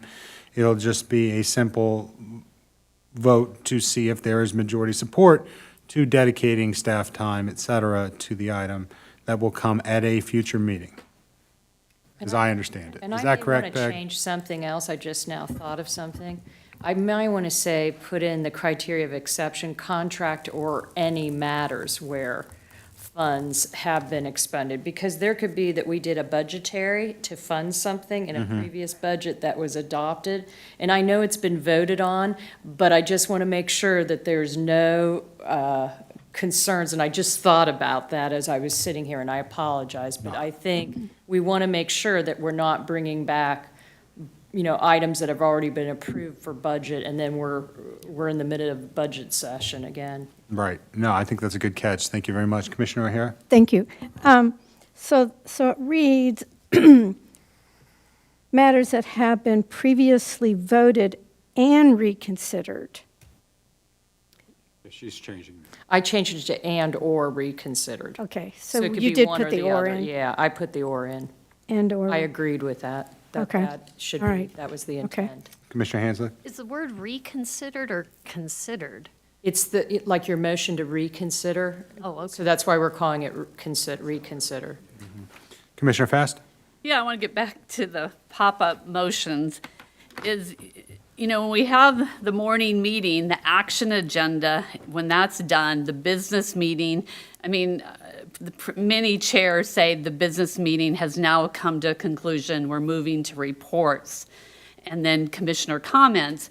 To me, that is not appropriate time to make a motion. Agreed. And because you have left the business agenda, and so a pop-up motion should happen within the business of the meeting, or a motion agenda item should be placed on the business agenda for ultimate transparency.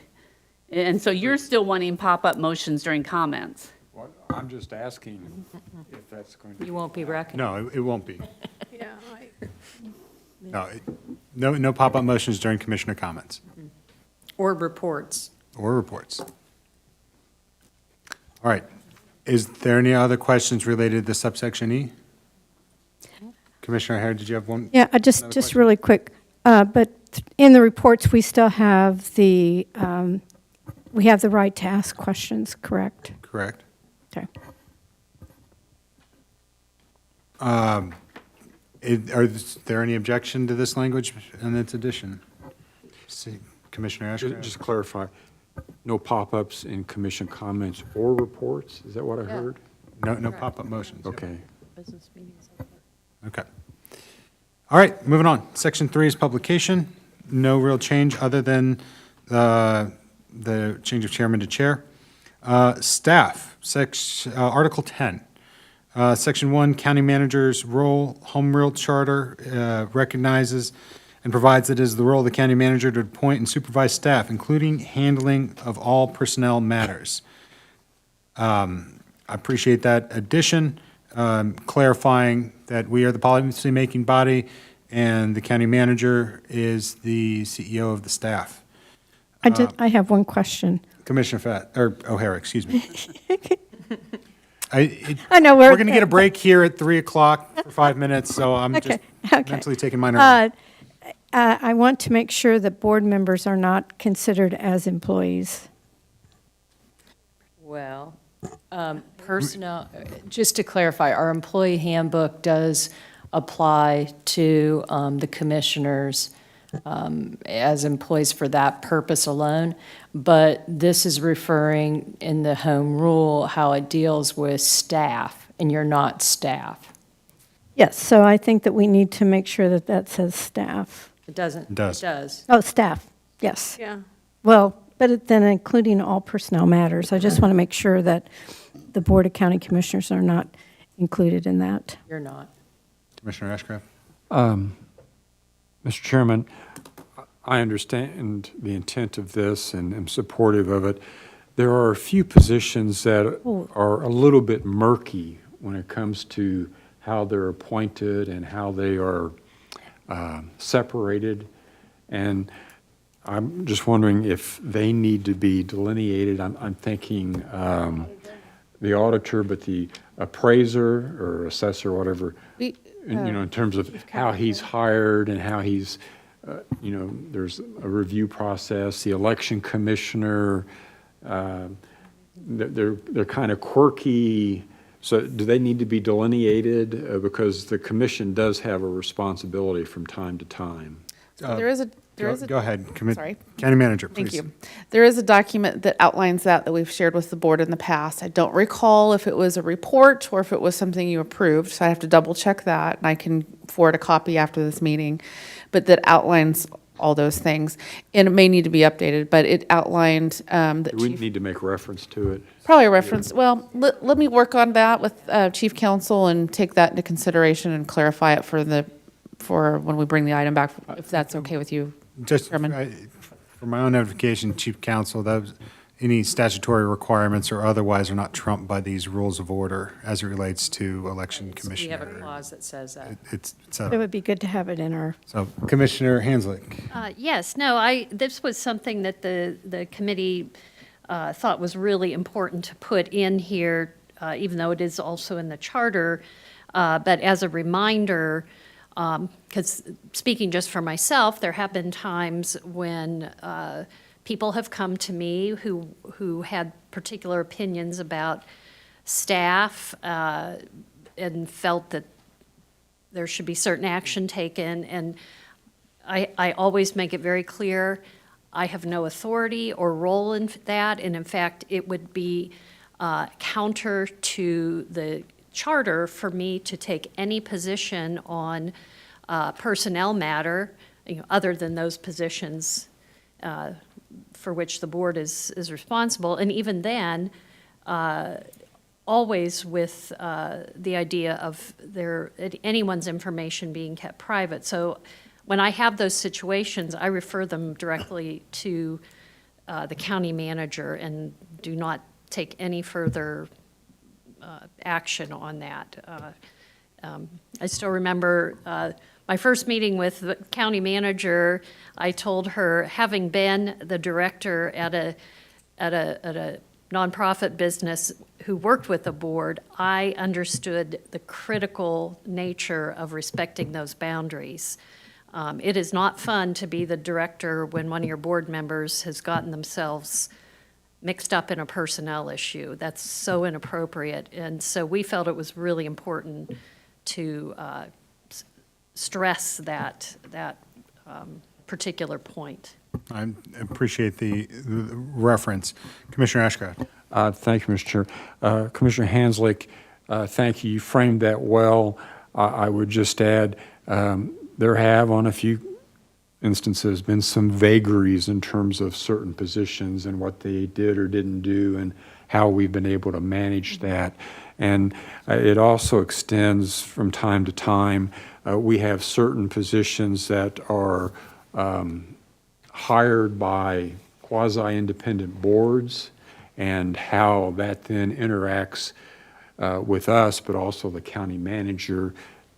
Does that clarification need to be added here, or, and I'm deferring this to the manager, maybe it's all well and good now, but in the past, we've had some questions along those lines, so. I think it's good to clarify from time to time. I feel like it's working from a staff perspective. The question might be for the board. I don't personally feel like it needs to be in this document, but a clarification, such as the other document I referenced earlier, whether it's referenced or not. But I think an update from time to time. We have typically reminded and talked about it each year when we do those round of evaluations. It's kind of brought up then typically. Yes. So we get a review Yes. of those because you do evaluate three of us. So that's the time I typically try to refresh myself and others. At a staff level, as needed, we do that too. So if you feel that that's sufficient, But there are I some do. executive positions, and every year when it comes to salary increases, that sometimes becomes a little bit of a tussle. I don't know if this is a helpful clarification or a necessary one, but I just offer that observation. Commissioner O'Hara? I think I would just suggest that we add auditor, appraiser, chief counsel, election commissioner, and county manager, Auditor. because those positions are under the auspices of the board. And then I think that Commissioner Ashcraft is talking about fire districts. Is that, Actually, I hadn't thought about that, but that's. Yeah, the that fire districts. potentially is an issue, but particularly in the transition Mm-hmm. mode. But it's, county government is not clean because it's a historical artifact of different people have different appointing authority. Sometimes it's legislative, sometimes it's, extrajudicial. I mean, I don't know how it comes about. And also related to terminations, related to evaluations. There are gradations, and conceptually, I don't have any problem with this, but functionally, if this is a time to talk about it, I want to make sure it's on the table. Chair, if I could clarify something. Go ahead. The county manager does supervise me. I just remembered that. It's a joint. It's a joint. So just be aware. It's not, yeah, yeah. It takes a village. Chairman, may I? So how about, and we can spend a long time going through all the gradations. What about if we make it as simple as to appoint and supervise staff, including handling of all general personnel matters? Would that be simple enough, understanding that there are gradations and that we need not spend 4 or 5 pages reciting them? It's all in the home rule, I mean. Right. Yeah. It's a- I don't think we, it's, yeah. Does anyone have any? Lifted from the home rule. Yeah, I would This leave it the exact way it is. language. It's the way it is. Can't micromanage everything. Home rule charter, that Leave is. it. Chairman, may I okay. make a comment? Please. So one's a clarification on something that Commissioner O'Hara said, and one's directly in response to your suggestion. Commissioner O'Hara mentioned appraiser and election. So the election commissioners reports to the Secretary of State, not the Board of County Commissioners. And the appraiser is appointed by the Board of County Commissioners. But we as staff oversee the day-to-day. So when you say, so that's one clarification. Then on, Chairman, your point, I think the way it's worded is directly in the charter. Personnel matters, on personnel matters, even though there's gradations, all of their staffs have to follow personnel policy. So if there's a personnel issue, me and HR are getting involved on all their staff. So I would not recommend getting into the gradations here, but if there's clarification, I think it is good to clarify from time to time. All right. I appreciate that recognition that the language is directly from the charter, so I'll remove my suggestion. Commissioner Hanslick? Yes, I just wanted to ask a question of Chief Counsel to just confirm my understanding, because I have had constituents that come to me and they're concerned about their valuation or, so, and I always tell them, I'm glad to sit down with you and go over that, but I cannot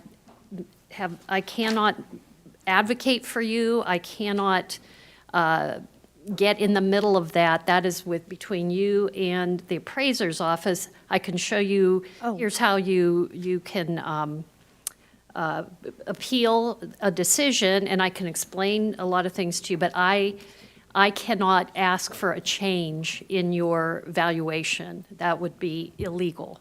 Is that correct? I believe yes, and if you look at section 3 regarding conduct with staff, we're going to get just there. It says, members shall not address staff in public, in person, or by email regarding issues of performance. Now, there's the exception, however, nothing shall be construed to prohibit while in open session from fully and freely discussing with the county manager anything pertaining to county operations. So I think to the point you just addressed, we're not to address staff regarding performance in that kind of circumstance that you previously described. Thank you. Okay. Let's get, Chairman, can I make one more clarification? please. On the appraiser, and I think this is what Commissioner Hanslick was maybe referencing, we do not govern how they value property. That is a state statute-driven process. I just want to clarify that. Yes. Okay. Thank you. So I want to see if we have general consensus to leaving section 1 as it is currently written. Are there objections to that? I just want to make sure that we are clear on it, and if we have a document that has some clarification, and then we can just note that on this, that's fine. Cross-reference. Yeah. So to put that, so we'll add the cross-reference. Yes, I can do that. Thank you very much. Any other I objection? know what the county manager is referring to. Okay. Well, with that, it is 3 o'clock. Let's take a 5 to 10-minute break. 10-minute break for stretching, for biology, and otherwise. For biology. We'll see you back at 3:10.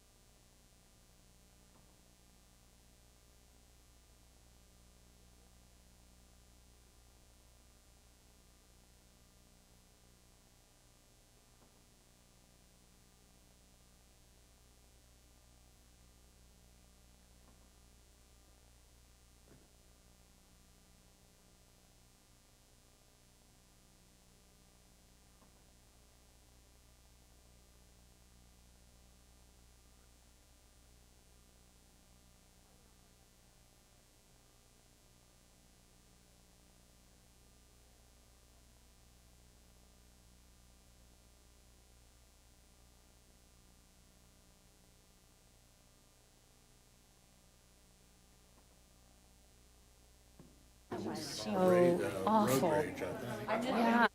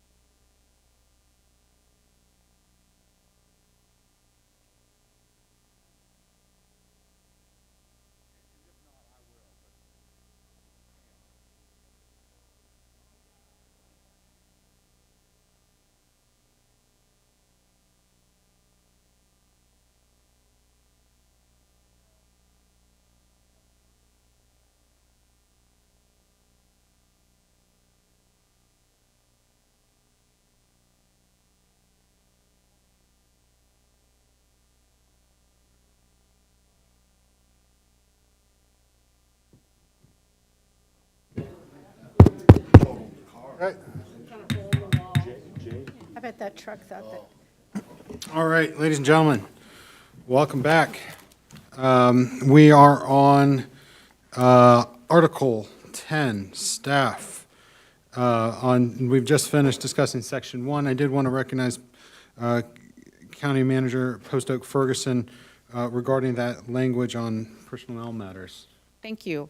So Commissioner Ashcraft, when he brought up the question on the nuances with personnel matters, I do want to take a little bit of time to reflect a bit more and because there is maybe an opportunity to clarify some things. So I'd like to review that, and if there's any recommended changes, to bring that back when you bring the action item forward, if that's okay with the chairman and the board. I have no objections. Is there any objection from the board? All right, thank you Thank you. very much. All right, staff attendance is Section 2 of Article 10. There are no changes to subsections A or B or C, other than the chair's language. And in subsection D, it's again recognizing the Board of County Commissioners and naming the board. Any questions about those grammatical revisions or non-substantive? Okay. Section 3 is regarding inquiry of staff, and there's been a few changes to this, including the title of inquiry of staff, and says that members won't interfere in the administration, but shall restrict inquiries through the county manager related to the operation of county government. Requested information should be related to making decisions within the authority of the Board of Commissioners. That's an addition. It says that members can confer in person with the county manager or designee on those requested inquiries, or can submit to staff a written inquiry by email so it can be tracked for transparency, is that it, and accountability. It says staff will prioritize information requests based upon upcoming action items to be heard before the Board of County Commissioners, and then a reference to the Home Rule Charter. Discussion regarding those additions or the rationale therefore from the committee who drafted? Commissioner Hanslick? Well, Commissioner Ellenbrand. I was just going to ask if it's okay, if you wouldn't mind talking about that rationale, since you were on the committee, and then I'll open it up to the other commissioners.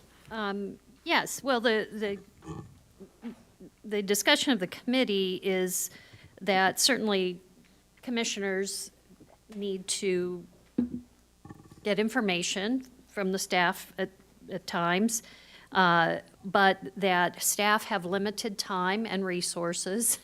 And so we wanted to put something in there that the staff can prioritize those requests based on what's coming up at a meeting for action, that those inquiries have the priority because it's something that is upcoming. If it's something of a general nature that is not eminent, then they can get to it as they can. But that we wanted to give that ability to the staff to not feel that they have to respond immediately to something if it is not going to be coming up on the agenda and needed immediately. I don't know if Commissioner Allen Bray wants to add something to that. Commissioner Ellenbrand? Oh, thank you, Chair. I really appreciate this being in here, running my own companies in my previous experience. I have felt like the staff between the public and between the commissioners, I felt that I didn't want to take the opportunity to even ask anything because of all the requirements that were put on them. And I think it's unfair to the staff. So I think this is very important to have this put in. I appreciate that, Commissioner Ellenbrand, and I think one of the things that we always want to do is make sure we provide that rewarding work environment for staff and make sure that commissioners aren't inhibiting upon that. I appreciate the themes of this. I don't want to get too preclusive in here because circumstances may arise that there may be requests after hours. I would hope that those would be rare, or on the weekends, those kind of requests would be rare. But no, exactly. People work hard, but they also have families they support, and we don't do this just because of the career, but as an opportunity to support a family or whatever your passions may be, and we should be respectful of that. I don't want to preclude the opportunities when necessity arises, but I think just having a healthy expectation of when we could expect responses from staff, and I don't think we need to put it in there, but that to me seems like a reasonable theme that runs through this edition, so I appreciate the committee making that.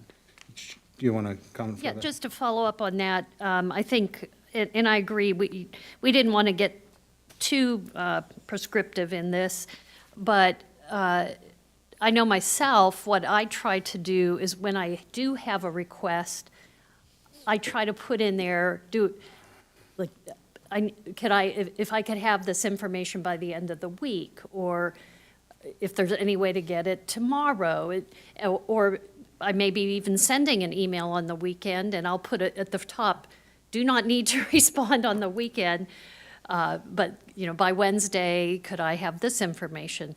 And I think the other part of it is asking that information be conveyed by email so that not only is there transparency, but there's a more formal process than, say, even just calling or texting.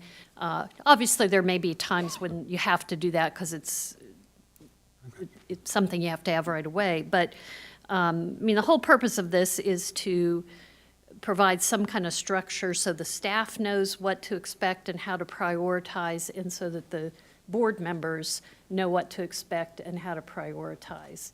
That it's really important that we be respectful. The other thing I'd mention is, and I guess I can only speak for myself, but I do a lot of my own research. I don't ask the staff to Google things for me, and I would encourage the rest of the board to do your own research before asking the staff to do it. There's so much online that you can learn. Commissioner Ashcraft? Thank you, Mr. Chairman. Mr. Chairman, I apologize for snickering at you a minute ago. I was just reflecting on the times during COVID.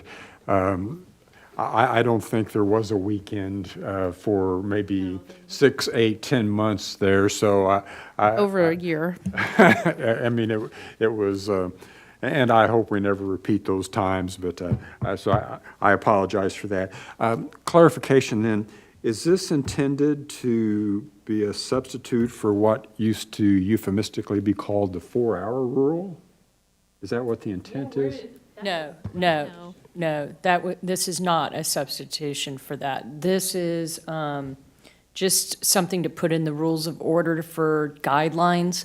That can be visited, at a later date or may in some edification, but this was just simply to make sure, we're recognizing this type of issue exists. Okay, so that you're referring to is the 4-hour rule? Yeah, the 4-hour rule is from 2015. It was in a study session or retreat, and there was minutes made of it and then brought forward. And so Actually, it predates that. It was. It does. It's Oh, is it? earlier. It's much before- earlier It's than before that. Commissioner Ashcraft and I were here. I apologize. Ed. Sure. So the good thing, it does not replace that's that. fine. This was just, Just a point, though, and Commissioner Hanslick, one thing I like about you is that you are inquisitive and tenacious when it comes to trying to research information, but I would suggest to you that elected officials are, if not nearly wholly dependent, substantially dependent upon staff providing information. I've been doing this here for a number of years and have a background in this, but trying to get through the mush of administration is challenging, and without staff consultation, direction, and analysis, it's impossible within the time frame, because many times there will be something that will, and I apologize for using this term, will pop up as an action agenda item the following week, and it's like, what the heck is this? And I had a circumstance, not necessarily exactly like this, but in this past week, involving a city councilman in a community of ours that blew up, and it's like, well, I need some pieces here to try to redirect it before it got too far. And so I hope there's an understanding that, yes, staff has an opportunity and a right to prioritize, but there has to be some deference to commission requests. I'm going to invite our county manager to address that. So I didn't write this. It was the committee, but I do. no, But I do like it. But I hope you guys know that staff are here to support you. that we are here to support you to make policy choices. It's helpful to have thought. I appreciate the committee's work on this. I think this is good language and great intent. And staff want to please. So what happens sometimes, just for a matter of reference, which is probably why I don't want to get too far down an example, but this is just one to illustrate how this is helpful.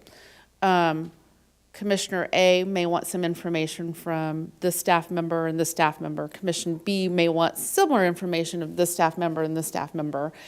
And when you have over 4,000 employees, you get an employee that they don't get requests from the commissioners very often. They're just going to they're excited and they want to put energy towards it.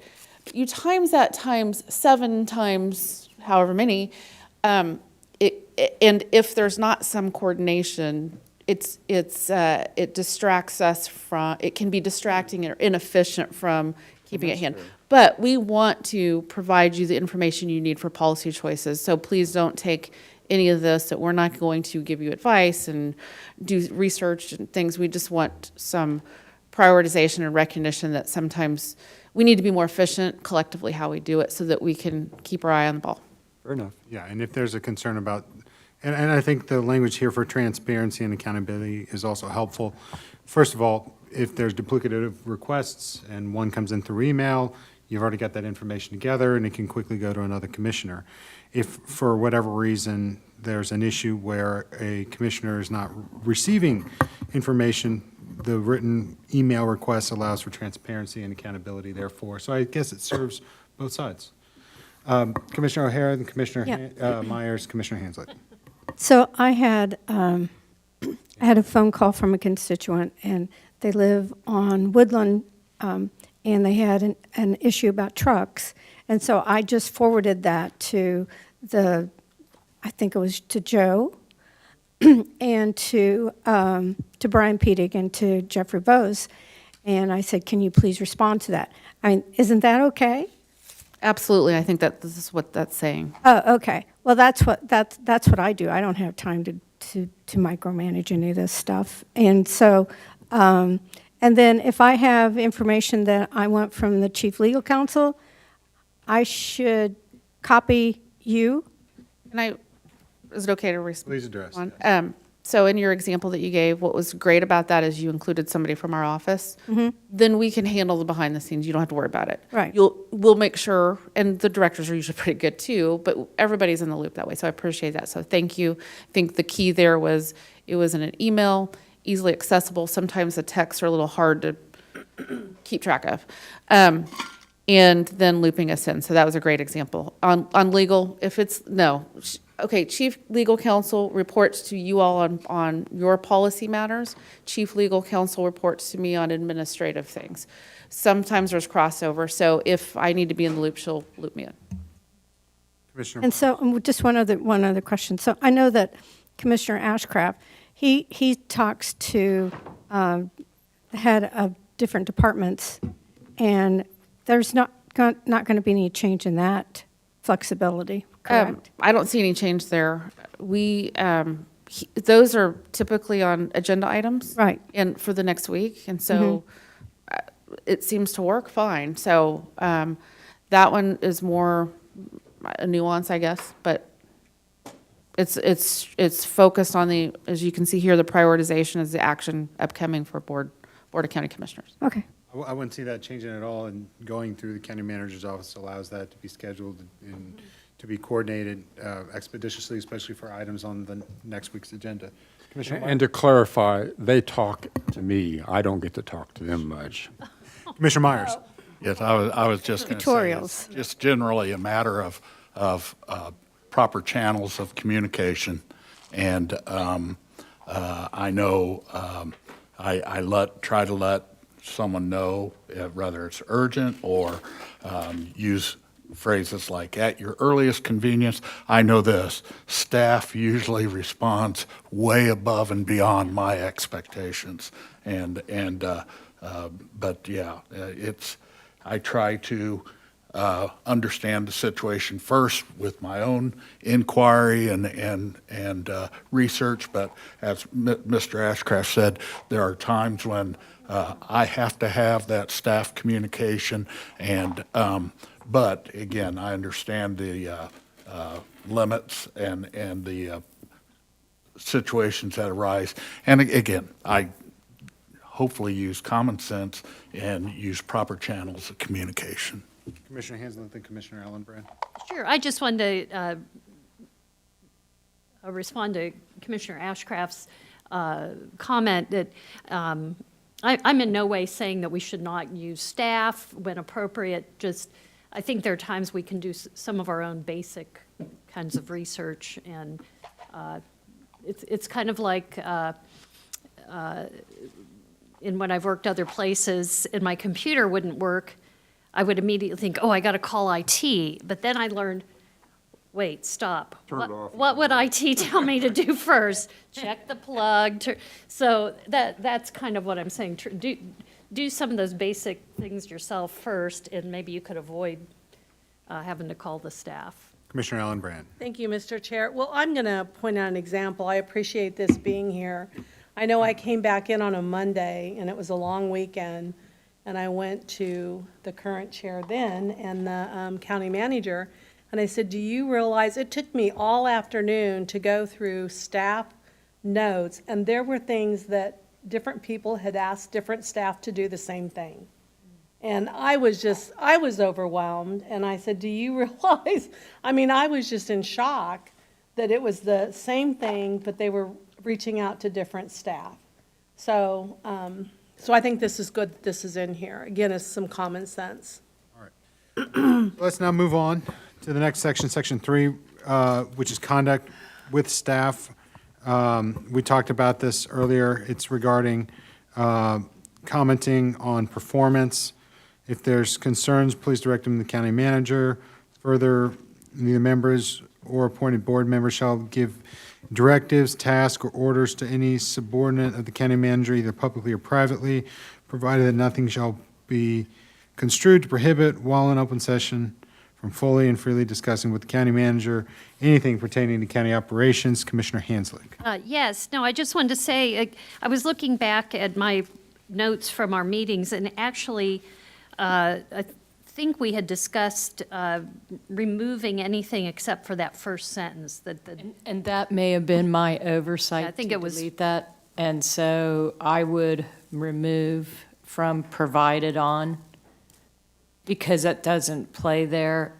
You wouldn't be, we're talking about staff, not business of the county. So I would recommend the deletion of that last sentence and either publicly or privately, period. and I think, at least according to my notes, we didn't even have, it ended at further. I mean, we certainly can discuss that, but it just has, members shall not address staff in public, in person, or by email regarding issues of performance. Any concern should be directed to the county manager, I can delete period. that whole sentence if you like. That, So- yeah, and delete the rest. That was So- what we discussed. Yeah, I think it's somewhat duplicative of the language we just talked about, but as long as we all understand the expectations. Commissioner Allen Brand? Thank you, Mr. Chair. I mean, some of the things that I've witnessed since I've been here is just respect and courtesy, to the staff. There's not one person here that doesn't work hard and try to do the right thing. So I think that we all have to remember that. Well said. Okay. Any objection to those deletions? Seeing none. Miscellaneous, Article 11. And Do you want, technically, the last article, right, yeah, do you want me just to walk through that real quick, just high overview? of miscellaneous? Oh, of appointment procedure. Section 1 is on appointed boards and commissions. If you'd like to, 'Cause I think- counsel, go ahead. Yeah, this will give a high overview. All the committee wanted to do was to make sure we codify what we currently do, our current process, and that we incorporate the resolution on how to appoint board members, how county commissioners appoint board members, and how that system works. So what happened is this process right here, we just went through. There's a lot we did not delete. It's the same that was in the resolution. We carried it over, but I just want to highlight on page 27, paragraph B, on at-large nomination and appointments. So the process that you currently, the clerk, there's a vacancy, it's announced, the clerk gathers some type of form of the person of interest, that's supposed to be vetted internally. We kind of got out of the detailed process because what was in the resolution wasn't what was currently being done, and it was a lot of extra work and tracking that didn't seem necessary at this point. But one area that got highlighted and we didn't change is at-large nomination and appointments. And currently, walking in and looking at the boards right now and the composition, I'm trying to get back to, understanding why the board, the purpose of the board, the composition, and the qualifications of members for those boards. And in looking at that breaks down what you see in your appointments. And currently, this paragraph provides what probably is best practices, if you will, in appointments and boards, in that you're trying to get equally divided, that everybody has the same opportunity to appoint to boards. And what often happens is, and I'm not sure where it went in this direction in practice and in theory, and this is in the current resolution binding to the board, somewhere along the way, it got, well, if this person's over in this jurisdiction, this district, then that board member should be appointing to it. And I looked at all the originating documents of boards, and I can't find where that came from, but that's what's been occurring. No. So we haven't been following this, and somewhere along the way, it wasn't Linda's, just somewhere in the practice, it just started occurring. So you're seeing certain commissioners getting more appointments on boards than others, and the purpose was to have equal, which is best practices. You want that composition to be spread out. So we left this in knowing that, but I want you to know that this is different than what we do. So otherwise, just to go through the remainder, there's nothing else in this appointment procedure. This is from your resolution. We are following this. This is codifying our, how we're doing things. I think the orientation, we really have gotten to a point with oaths and trying to train. I did a training, world bylaws last night. I've been doing board training, trying to get my staff assigned to boards, and it appears to be going well. But I just wanted you to know that most of these changes were just carried over from that resolution. All right, thank you very much for the high-level summary. Commissioner O'Hara? Yes, so Southeast Zoning Board, that's within my district. And so I appoint those people to that board. And are you saying now you're going to open that up to people that are not representing those folks? Well, if I may, Chair, Please. what we're saying here is we have a disconnect here of what we're doing in practice and what is in the rules right now. And in the rules, it's supposed to be divided among everyone. And, you know, I learned a lot last night. I was doing the bylaws for Southwest, which is, I think, mostly in your area, Commissioner Allenbrand. And I learned a lot about the appointment process from, because they asked a lot about that and how that works and how it's appointed, you know, and how we're processing these appointments. Because with zoning boards, certain zoning, you have the township that are unique qualifications. So if you follow this, when there's no specific qualification or experience, it's to be divided among the board. And if there's specific, then it goes to the chair. So we're doing the opposite right now. And so I know, you know, is this what I'm saying? But I'm trying to tell you, we've got a disconnect here. This is best practice. So this is a point of kind of discussion, you know, what we need to do. Well, okay, so you're saying that I won't have the ability to appoint people to the Southeast Zoning Board, that other commissioners will be appointing people, when it specifically says that people are to live within certain geographic areas, which would be in my district? Correct. What it will mean is you'll have more authority to appoint to all boards and have more authority in appointments, so it's spread out, so that you're getting appointments to over in Southwest, Northwest. It's giving you more spread out authority. I'm just repeating what's in the current. Okay. Commissioner Allenbrand has the expertise in her district. So she has the expertise in Southwest Zoning Board, Northwest Zoning Board, and she needs to have the ability to appoint people in that area. Because Becky doesn't know anyone out in that area. That's not true. Well, I mean, okay. It was a broad brush. Okay. Sorry. But it seems to me that we need to be, because we're protecting the rural part of the county, is we're representing them. And if the commissioner in that district is not appointing people to the boards that are reflective and live out in that area, I do not want to change that. Well, and also we're seeing annexation. The unincorporated area is shrinking. Absolutely. And so you're seeing a lot that, you know, the size of these boards, you know, and looking at all of them, do we need all of these boards? I mean, there's a lot as you carry the thought process of efficiency and effectiveness as value of Johnson County, you're looking not only as the organization, but as the boards.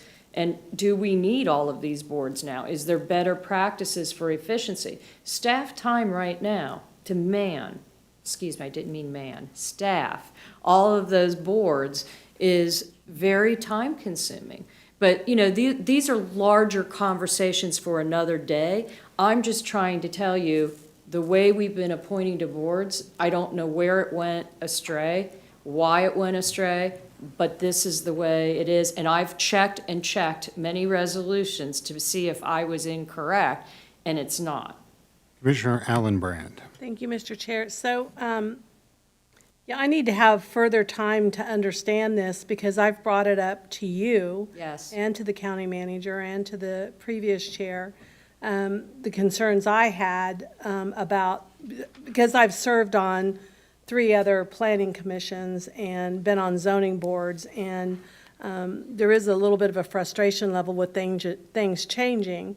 But it was my understanding that some of the way that it's set up, the way the statutes are written. Correct. And the townships, that they have automatic. Yes. There's seats on those, so are you saying that Those there's will only so many, and there's only so many board members? Right, and those will. So you're saying now it's going to, let me finish. So you're saying now that the 2, you know, in fact, some, it's more, you know, whoever that person is to serve on that planning, let's just say zoning board, then at that point, then every commissioner would then make an appointment on that board?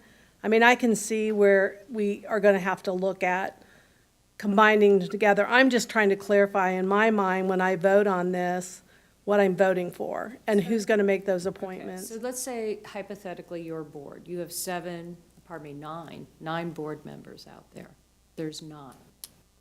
So you have 9, I know because I did it last night, that's how I know. So 9 board members under the That, and state. including the zoning board and the planning No, commission? this is zoning. Planning commission is 12 members. Could you speak into the microphone? I'm a little sorry. bit? So, I apologize, I have a loud voice.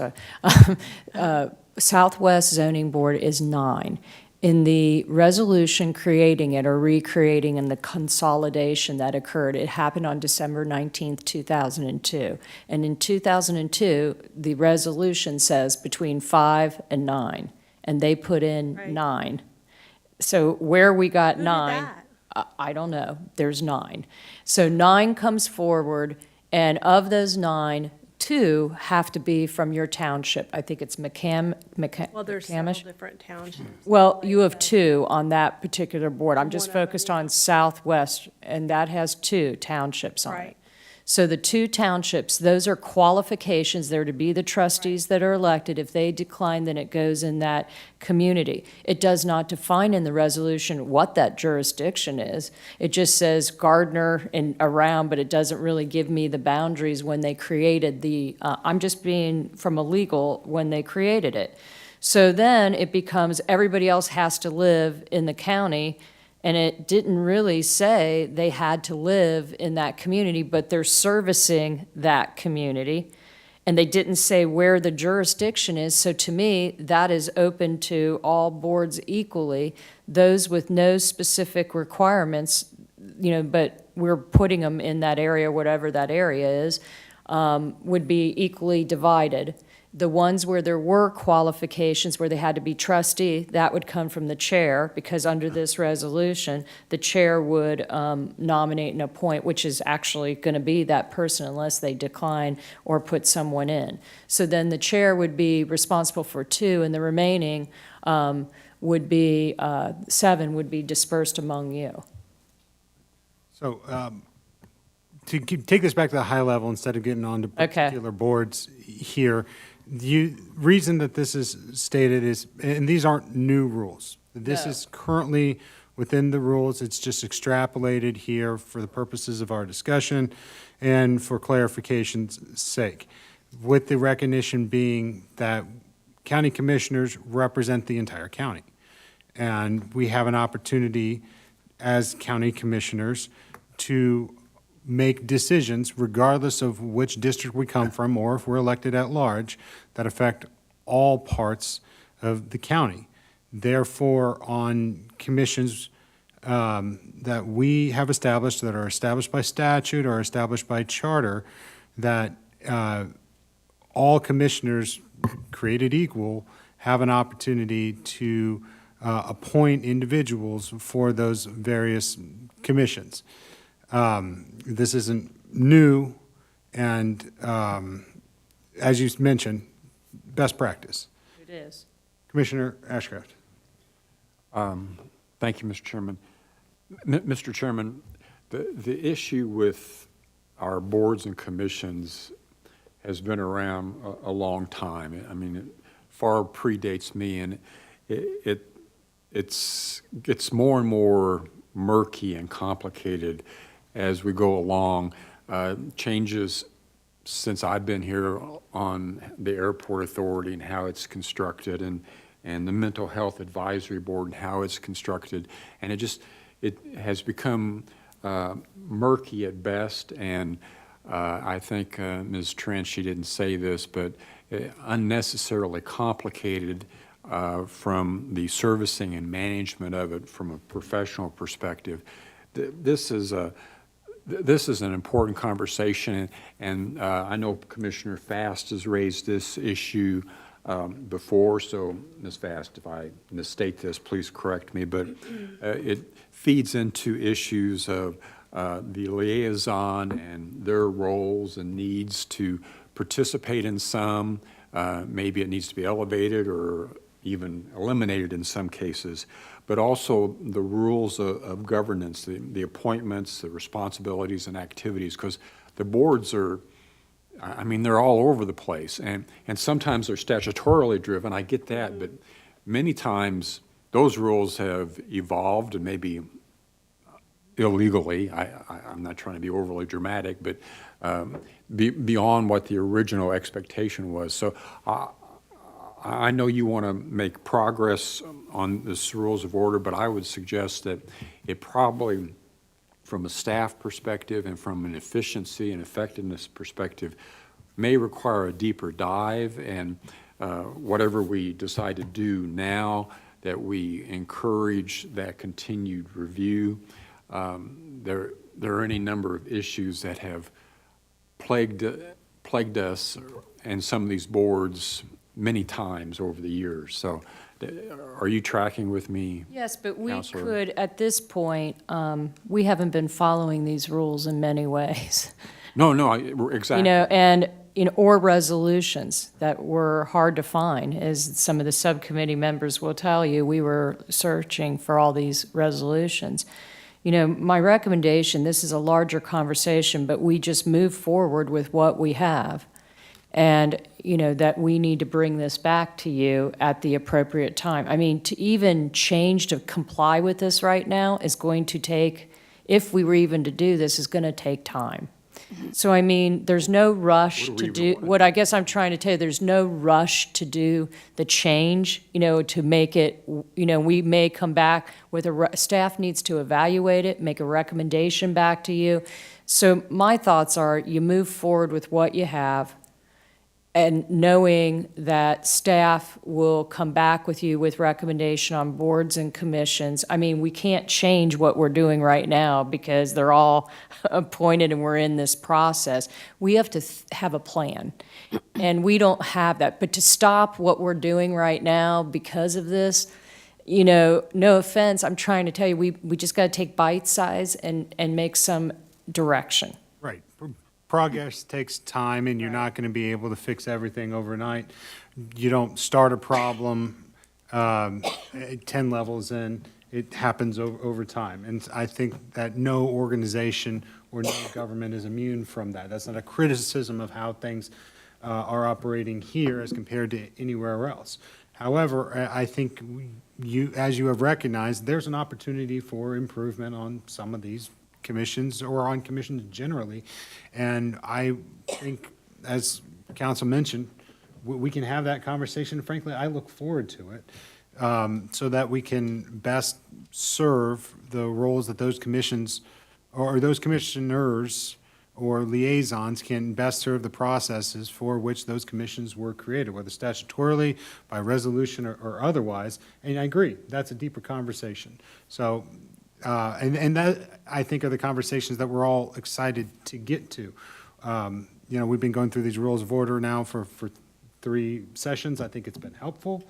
And I think moving forward beyond this and then getting into the more substantive things, including a conversation regarding committees, would be healthy, and I look forward to having that conversation with you.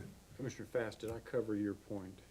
Well, I brought up, You're fine. you know, in December, wanted a conversation, and I know we have all these rules that, I mean, we have liaison duties that we don't need to have anymore. Like the Stormwater Management Committee, I've watched that, you know, probably for over 10 years, actually more when I worked for Congressman Moore, then on the city council. It has moved back in the day when they had the stormwater vote. It was very heavy laden with policymakers and electeds and then monitoring that. Now it has moved to an entirely technical committee. There's no role for the board liaison anymore. It's a technical committee, and that's how it's changed since it was started when Johnson County was bringing, you know, and so we have committees like that. You know, I don't think we really need to be liaisons anymore. Remember, you asked for it. Yeah. So I think we as a commission can move forward. I think the phrase was bite-sized chunks. And I think instead of trying to tackle everything all at once, taking these in step, it gives us an opportunity to at least make incremental progress for the betterment of the commission and of the county. Commissioner Allenbrand, I know you had your hand up, and then I'll come back to Commissioner Thank you, Mr. Ashcraft. Chair. I am just asking, you know, these affect, when we, you know, when we come to these meetings and it affects our district, just respect of having some time to understand it, you know, and I've asked for change because I believe it's something that needs to happen. And I've struggled with it because of the appointments. It has to be in a township, and when you can't find anybody who wants to even be in that position, you know, you're struggling to try to go outside of that. But what I want to be careful of is that, you know, there's just, you know, if it's in one district and all these things keep happening, you know, you don't have time to deal with issues because I'm too busy going around trying to put out fires. And so I need to have more time to understand this and how it's going to work and who's going to be making the appointments so that I can educate all the calls I'm going to start getting, because now I've got several different things that are piling up on me.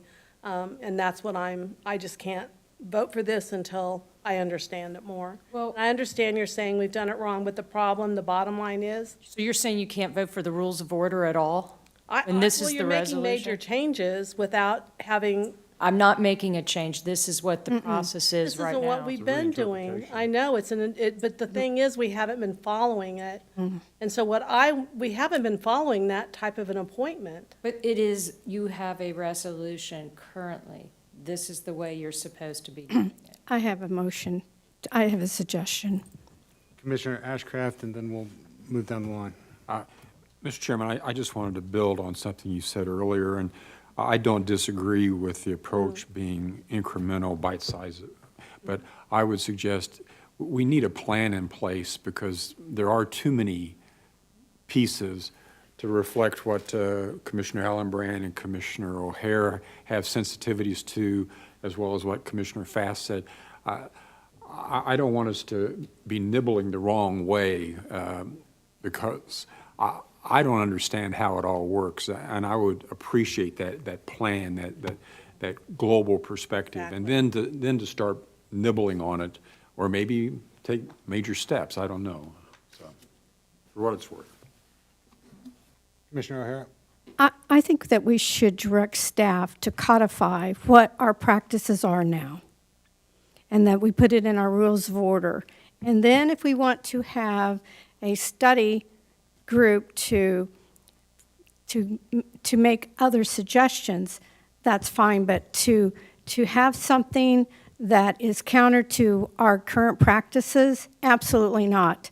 I mean, my constituents, they expect to have representation from their district on those boards. And if you want to see an angry mob, just continue down this lane. So I think that what my suggestion is that we direct staff to codify our current practices for the planning commission, for the zoning boards, for the fire districts. For all of them, every bit of them. And then we'll codify it because this is how we've been doing it. So then if we need to go forward, we have plenty of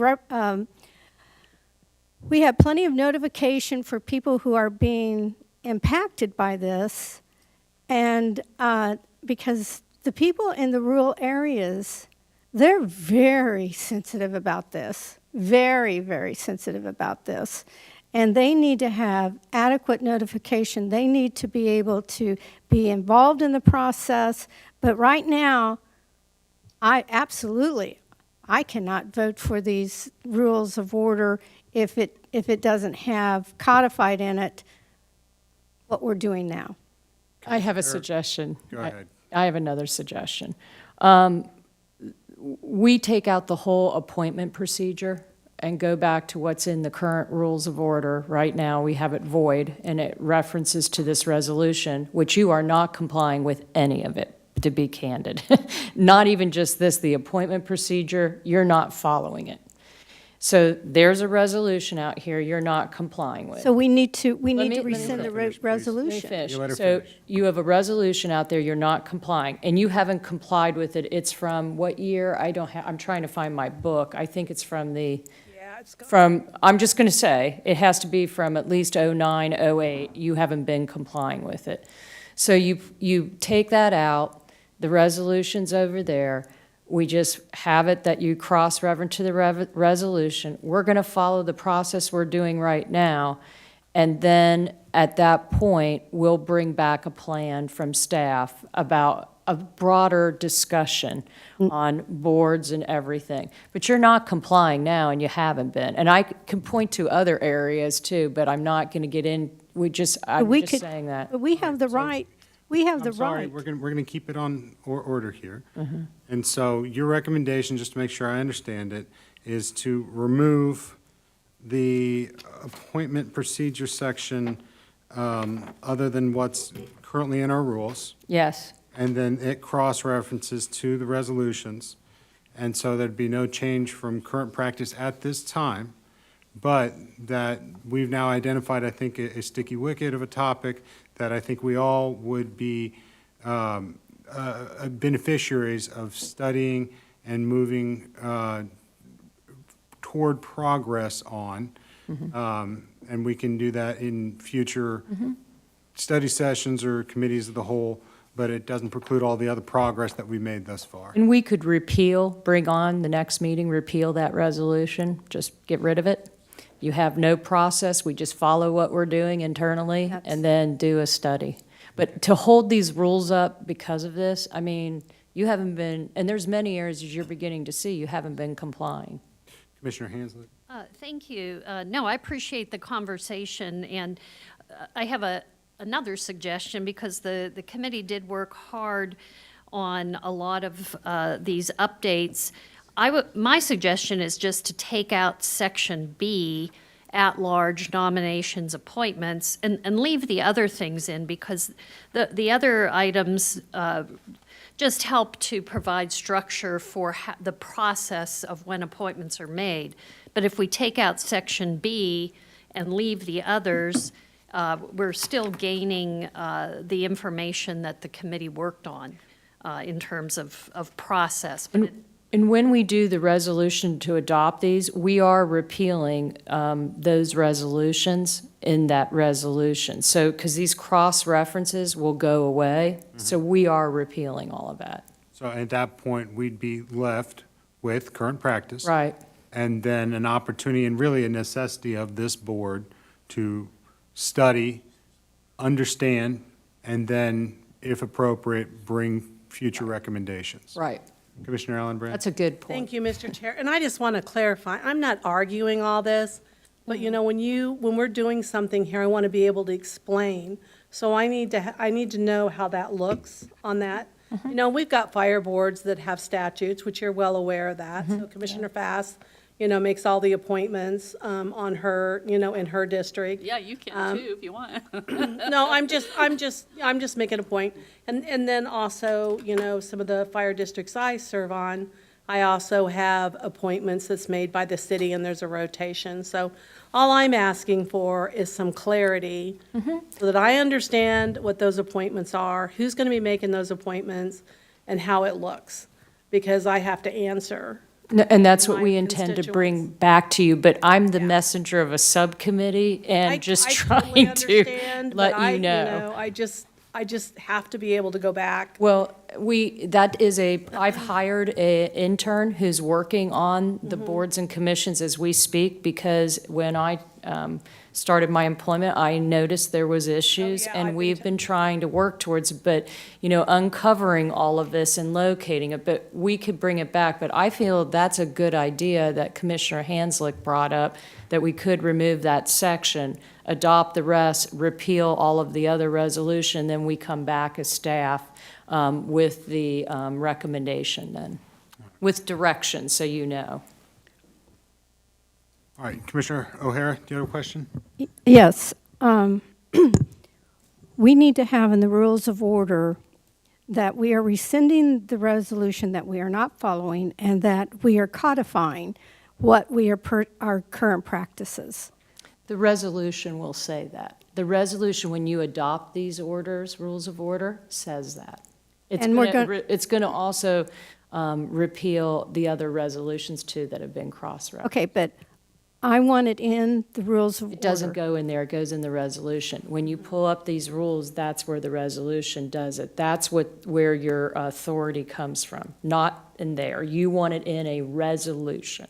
You can't get rid of, from a legality, you can't get rid of a resolution unless you use a resolution to That's fine. repeal it. That's So fine. I can't put it in the rules. It'll go in the resolution to repeal it. Okay, so you're going to repeal the resolution. So, and that is going to be part and parcel of the rules of order? Right. So now, the rules of order will stand for board appointments. We'll get rid of paragraph B. I'll strike it out as to at-large. We just are not saying we have a practice, and then we'll do a study, come back at a later date. And then we could revisit these rules in another year or two. Let's start with the commissions before we go back to these rules. Commissioner Fast, you had Yeah, a I just question? want to say that, number one topic I heard at Leawood was about unincorporated development, and I feel like I should have a appointee on the Planning Commission. It impacts, when we make planning decisions in rural Johnson County, it impacts my district. They pay county taxes. So, I'm not fighting about these zoning boards, but I think I should have an appointee on the Planning Commission. So I think it requires I'm not willing to codify anything because I want a discussion on it. And so by removing paragraph B and coming back at a future date, we'd have the opportunity to do that. And I like that recommendation. I'd move that we move forward with that. Mr. Chair, is that going to take 2 years to do it? Can we have, you said 2 years, so can we? No, I'm joking. Okay, I just want to make sure. I'm sorry, I All was I'm joking wanting about is the just an- review of these rules again. You should get in a pattern of reviewing them regularly. Oh, I agree. I apologize. I agree. Yeah, and I agree. There needs to be, because it does affect, you look at truck routes, you look at all that, and that's been, a huge frustration level. So I just want you to know, it's just clarifying and understanding who makes the appointments, and so, okay. Thank you. Thank you, Commissioner Allenbrand. Thank you, everybody, for the best discussion. Commissioner Hanslick? I would like to second your motion to remove Section B, because I think that will address all these issues. Nothing will change in terms of who is appointing the zoning boards, but it will help streamline the actual appointment process. But will not address those at-large nominations. So I would second that we direct staff to remove Section B from under the appointment procedure. Thank you. So the motion's been made and seconded. Ask clerk to take the roll on that. Commissioner Fast, Aye. Commissioner Myers, Myers, aye. Commissioner O'Hara, This is helping you. When have you had your tongue tied? Yes, but I have more comments. Commissioner Hanslick, Hanslick, aye. Commissioner Ashcraft, Yes. Commissioner Allenbrand, Allenbrand, aye. and Chairman Kelly. Aye, I have 7 votes in favor, none against. Is that correct? That's correct. All right, staff understands the direction. Thank you very much. Commissioner O'Hara, what Okay, comment do you want to make? so Commissioner Hanslick said that this is going to streamline the appointment process. I want some clarification on that. Go ahead. Mr. Chair, yes, the committee, we looked at how the process works in terms of the clerk letting us know that we have open appointments, and then how how we recruit and process those applications. For example, the committee talked about making sure that there is consistency in the applications, so these additions ask that the applicant not only complete an application, but also include a resume or a biography or letter of interest to further explain why they want to be on there. I think most people are doing that anyway, but just to have that be consistent. And then the time frame in terms of how it's reviewed, that the clerk sends it out so that if anybody has questions, they can go to the appointing person and ask questions. And then how the board members are oriented, and the requirements. And then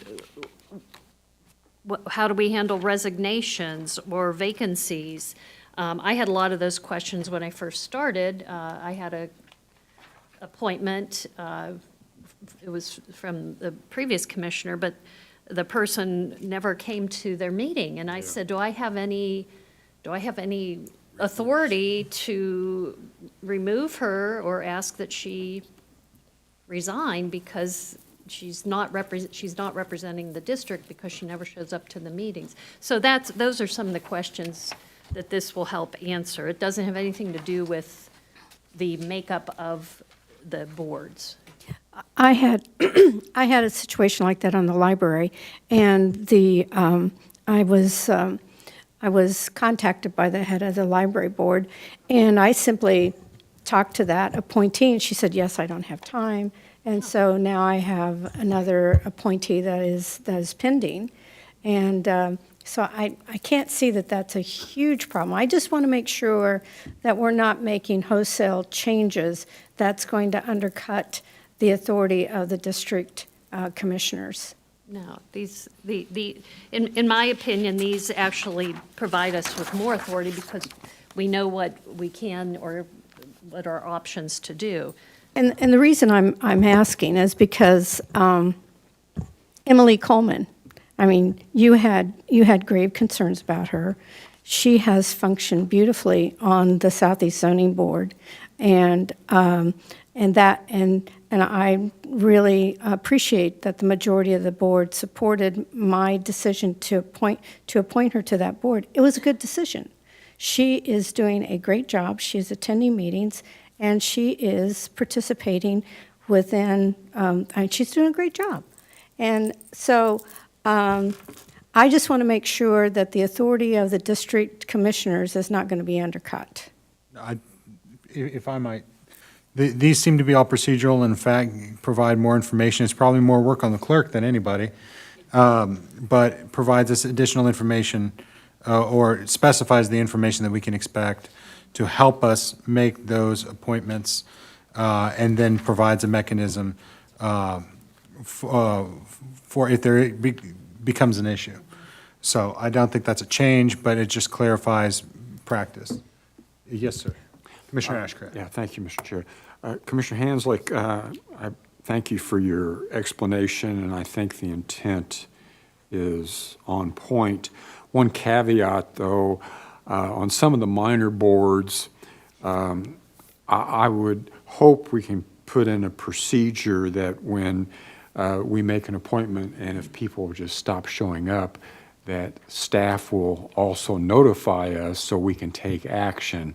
I had one appointee that came to the first one where I introduced this person, and they never went back, and it was over a year before I discovered that by accident rather than having some, and that goes to, if you miss 3 meetings, something, and I'm just talking, but Right. miss something, it clicks in that a process begins because we want people to be engaged, but we need to know, and, okay. So go ahead. I think we're on the same page. I appreciate that, thank you, yes. And I think that also is incumbent upon each of us who are liaisons to that group to, if we notice, hey, your appointee's never showing up, you might want to talk to that This person. board didn't have a. Mr. Chair? Oh, okay. Yes, We would counsel. like, I just noted something in my notes, since this came out. In the removal section, which is paragraph G, we would also like to say, add in the line of how you can be removed, bylaw of board or committee. We would like to add that.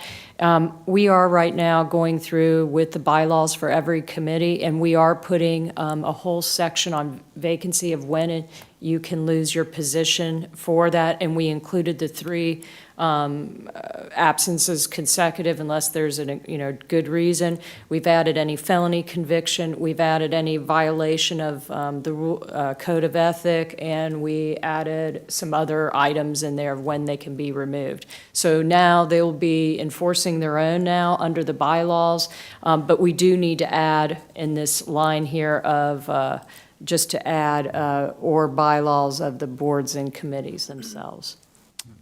Thank I'll you. add it. Any objection to that addition? I don't have a copy of those bylaws of, that they have currently adopted, so I'm not We ready. haven't. I'm don't not, have any. I'm not ready to add that. Okay, so there's one objection. So Commissioner Allenbrand, do you have a Mr. comment? Chair, and I just want to say, I was notified on some appointments where they didn't really have the same vision. And sometimes it's hard for me to understand why somebody wants to be appointed to something if they don't believe in, what the library's doing, or if it's transit. And so is there something when the person that is an appointment that's so disruptive to the overall organization? No, okay, So, thank you. Well, non-compliance with the bylaws would put it in that so some of our committees have bylaws. Some of our committees do not. one. No, 2 or 3. Well, we're getting there. So I think inclusion of this is a good thing for those committees that do have bylaws. And then as we continue to try to modernize our committees, and I think maybe modernize is is the wrong word, Update. work to, update, yeah. We can all choose our wording accordingly, whatever adjective is appropriate, but I think we're all talking about the same thing. I like this addition, and then hopefully as we have new bylaws that we can refer those to them, and it again provides that flexibility so that we can operate the county, including its commissions, in the best way possible. Mr. Chair, just to be correct, there are 5 or 6 boards out of 30 who do have them, just to Okay. be correct, to be fair. There are that many. All right. Since there's been an objection to this, I think we probably need to have a motion and a vote. Just for the record's sake, I'll move that we add the phrase bylaws of the boards or committees to subsection G of section, are we still on section 1? Of Article 11. Is there a second? Ellen Brand, second. All right. If the clerk would call the roll on that motion, please. Commissioner Fast, Aye. Commissioner Myers, Myers, aye. Commissioner O'Hara, No. Commissioner Hanslick, Hanslick, aye. Commissioner Ashcraft, Yes. Commissioner Allenbrand, Allenbrand, aye. and Chairman Kelly. Aye, I have 6 votes in favor and 1 against. Is that your count? That's correct. Okay, staff understands that direction. Thank you very much. Okay, moving on to item C, liaison appointments. No real substantive changes to item 1 or 2. I have one comment to make. When I was elected, I was told that I should not attend the Planning Commission meetings and the Zoning Board meetings because of that I shouldn't be aware of what is happening prior to the rest of the board. Is that still the same recommendation? Those are open meetings. Well, I there's no- realize that, but that was what I was told when I was elected. No, I think the preclusion would be upon, and I think we talked about it last week, about speaking in front of those quasi judicial boards on items that are going to come before us. For you to attend those, that's an open meeting, and you should be welcome to attend those, but we're asked as commissioners not to speak on items that are going to come back before this board, because it would have the appearance of improperly influencing something that's going to come back before. And what it was presented to me, just being there and hearing the information prior to the rest of the board, but that was just what I was told. That's, I didn't tell you that, did I? No, okay. No, I don't think that's the it was case. prior to you. Commissioner Hanslick? I was going to ask Chief Counsel, because I think this is really important, if you might, even though there's no major changes, if you might just go through the, under liaison assignments, section 2, delineating what the responsibilities of the liaison members are and are not. Chair, Commissioner Hanslick, the subcommittee discussed this quite a bit, not so much as to whether the viability, in addition to the viability of liaison and their role, but making sure that everyone understood what the purpose of the liaison assignment was. But it is to provide communication back to the board from those boards, so like in your public comment time, and that's why we have it earlier in the rule, as to the work that's going on within those committees. And also to, mostly notifying the Board of County Commissioners. You're not taking the position or telling those boards what to do, but to provide them, to hear what their position is so that that can be taken back to the board and act as that liaison so that their voice is being heard to this body, the Board of County Commissioners. And what you have to be cautious of is that you're not representing your personal opinion over that of the, board's position. And sometimes that could differ. And that's why it's very important that those two clauses of the liaison and your role is also taken into consideration. Lastly, you're not to advocate the position of the board, and that's telling them how to vote. I can tell you in talking with some of the boards now, I've learned that many things that they've communicated, and some which will be good as we study these boards and appointments, some processes we could improve upon. But one of the items I was hearing, and it was rampant, was that commissioners were, as liaison or commissioners of appointments, were telling those members how to vote and what to vote. And there was just confusion that they felt that this is the way the role is. They didn't understand as board members. So from the perspective, I've been out training boards. I think Commissioner Ashcraft, you were there as I was doing a training. We had a lot of information, so we need to keep going back to foster board training. But trying to understand that role and where that cutoff is.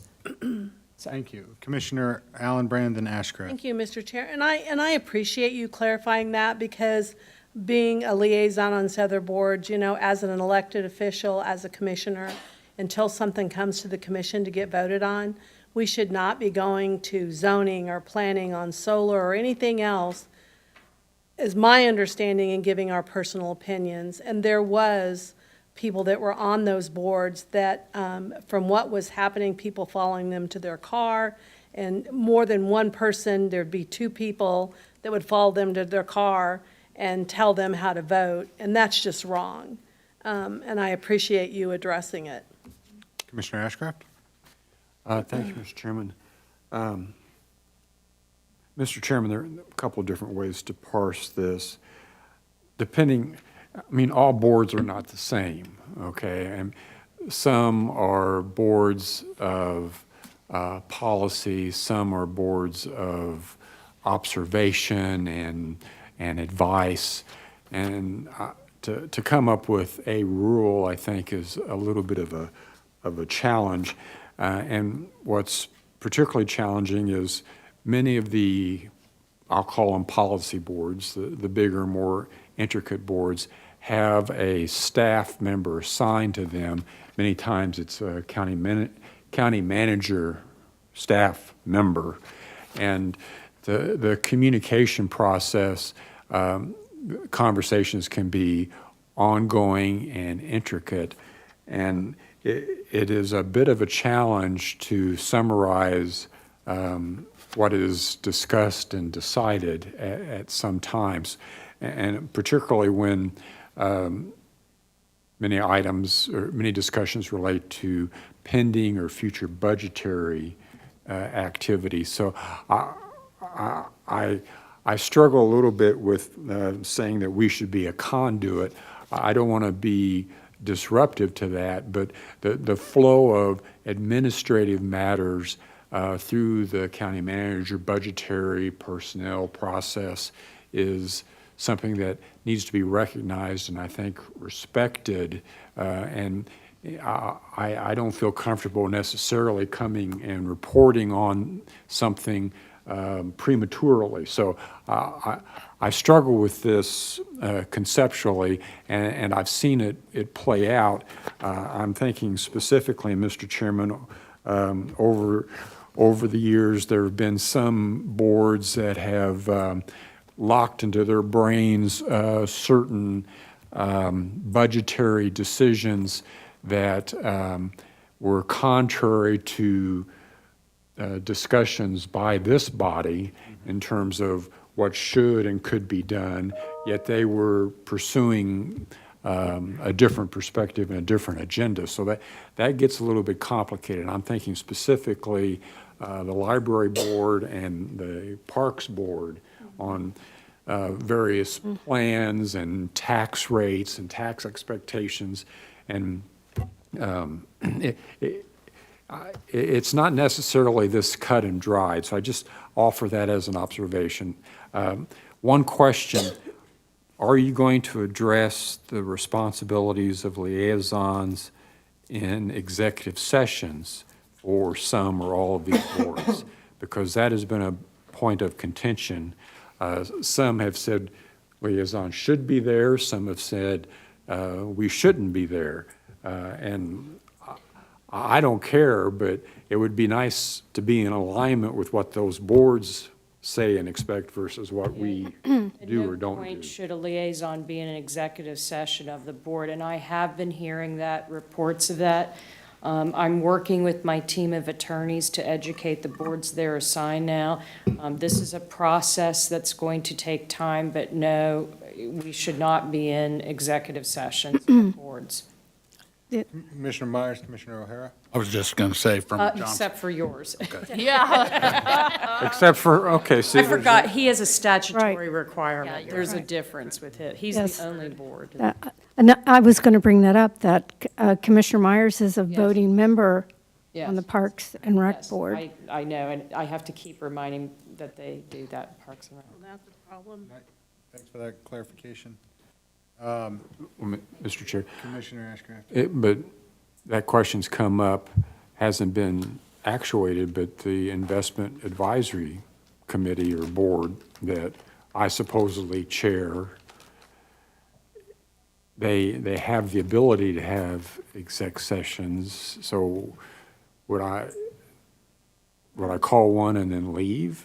No, we need to look at the Okay. creation of that particular board and how it's created, so I will take a look at Yeah. that one. Okay, well, I mean, that's the official responsibility, but functionally, staff carries that, so I just, Commissioner Hensley? Yes, no, I appreciate what Commissioner Ashcraft has brought up in terms of serving as a conduit, and I think the way this is written, and this is the original writing, that we didn't change anything here. I mean, it's up to each liaison what they want to share. You know, usually what I do before commissioner comments, I look at what meetings I've had this past week and just give a few highlights, that not necessarily getting into great detail, but especially if it's something like, oh, the library is having a Hispanic Heritage Month celebration, or, you know, it's up to you what you want to share about and what you think is appropriate. Commissioner Myers? I just want to mention that KCATA would be also another exception to that Yeah, rule. you're in executive session there for sure. Well, you're on all the fun. Yeah, I was just, Commissioner Fast? I mean, sometimes commissioner comments, like today it was 20 minutes, you know, and so I just, you know, I appreciate, but we also have to be mindful when, you know, we get 30 minutes on commissioner comments. Today, I was just like, oh my God, 20, 25. I mean, it was just, for me, that's too long when we got this much business. I don't disagree with that, and I think we can utilize other mechanisms to get people information about our liaisons and appointments. Email's a great way, and so I'd suggest that we consider doing that too, but I appreciate that point. you really don't like peanut butter day, do you? No, sir, not at all. Remove reporting out in, from commissioner comments, or just leave it in? Say that again? Well, we have right now in the definition of commissioner comments about a report out from liaison positions. Should we leave that in or take it out? In my opinion, I think we leave that in. I understand the direction from the committees, but I think we just all be mindful about the time that we're adding on to the meeting and the agenda review and potentially study session or committee of the whole that we have coming thereafter. But no, unless there's an objection, I'd say we keep that in there. It's up to it would be up to the discretion of the board Commissioner. member. Yep. All right, I appreciate that discussion on liaisons. Let's move on to section 2 regarding the hearing room, member offices, stationery, and supplies, just the really sexy stuff. Hearing room, no real changes other than, as mentioned before, the language of chair, adding of county commissioners. In member offices, there is a line removed saying that members are eligible to receive adequate equipment and supplies for a home office. We have offices here, as well as laptops that can serve those functions, and I think that's appropriate, especially to the taxpayer resources. Any objection to that deletion? Seeing none. Office stationery, no changes other than chairman to chair. Return of county assets. At the conclusion of terms, the county we have that instead of the Information Technology Services Department, that's changed to the county manager or designee can determine the market price for the equipment to be paid to the member.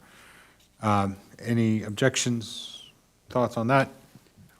Seeing none? Just a clarification, so we could get a computer, fax machine, and cell phone from the county? Yeah, when is No, that you- coming Not about? anymore. Yeah. You did that get out. reimbursement. Maybe we take out No, no. fax. I- Nobody I- has I get fax. that, but, I mean, So, was that What? You have a old fax? You do. You do? So if it's been provided to you, not saying that it would be by current practice, but to the extent that it was. If you want to keep your own laptop. Right, because you like it, it and they're- functions well. Yeah. Yeah. okay. Section 3, notification of significant activities or events, no change there.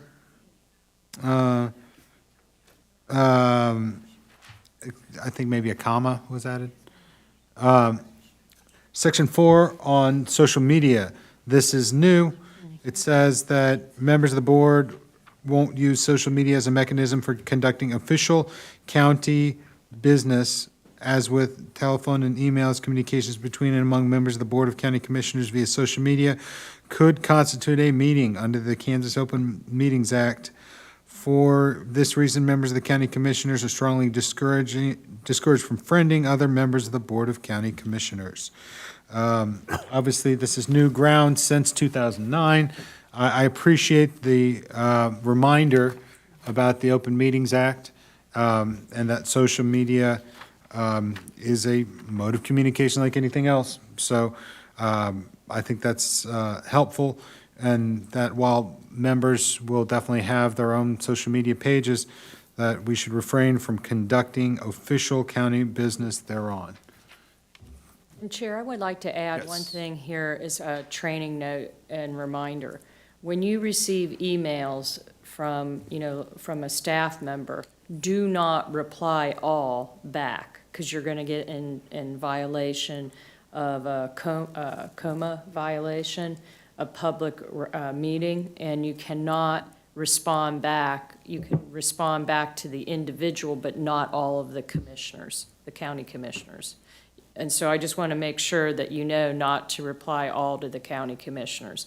I've been seeing that, and just, I think we forget, if staff member doesn't say a reminder in the tagline, do not reply all, and thank you for the correction to the county commissioners, because we will include staff sometimes in those emails, county manager's office. Just make sure you're really aware of that.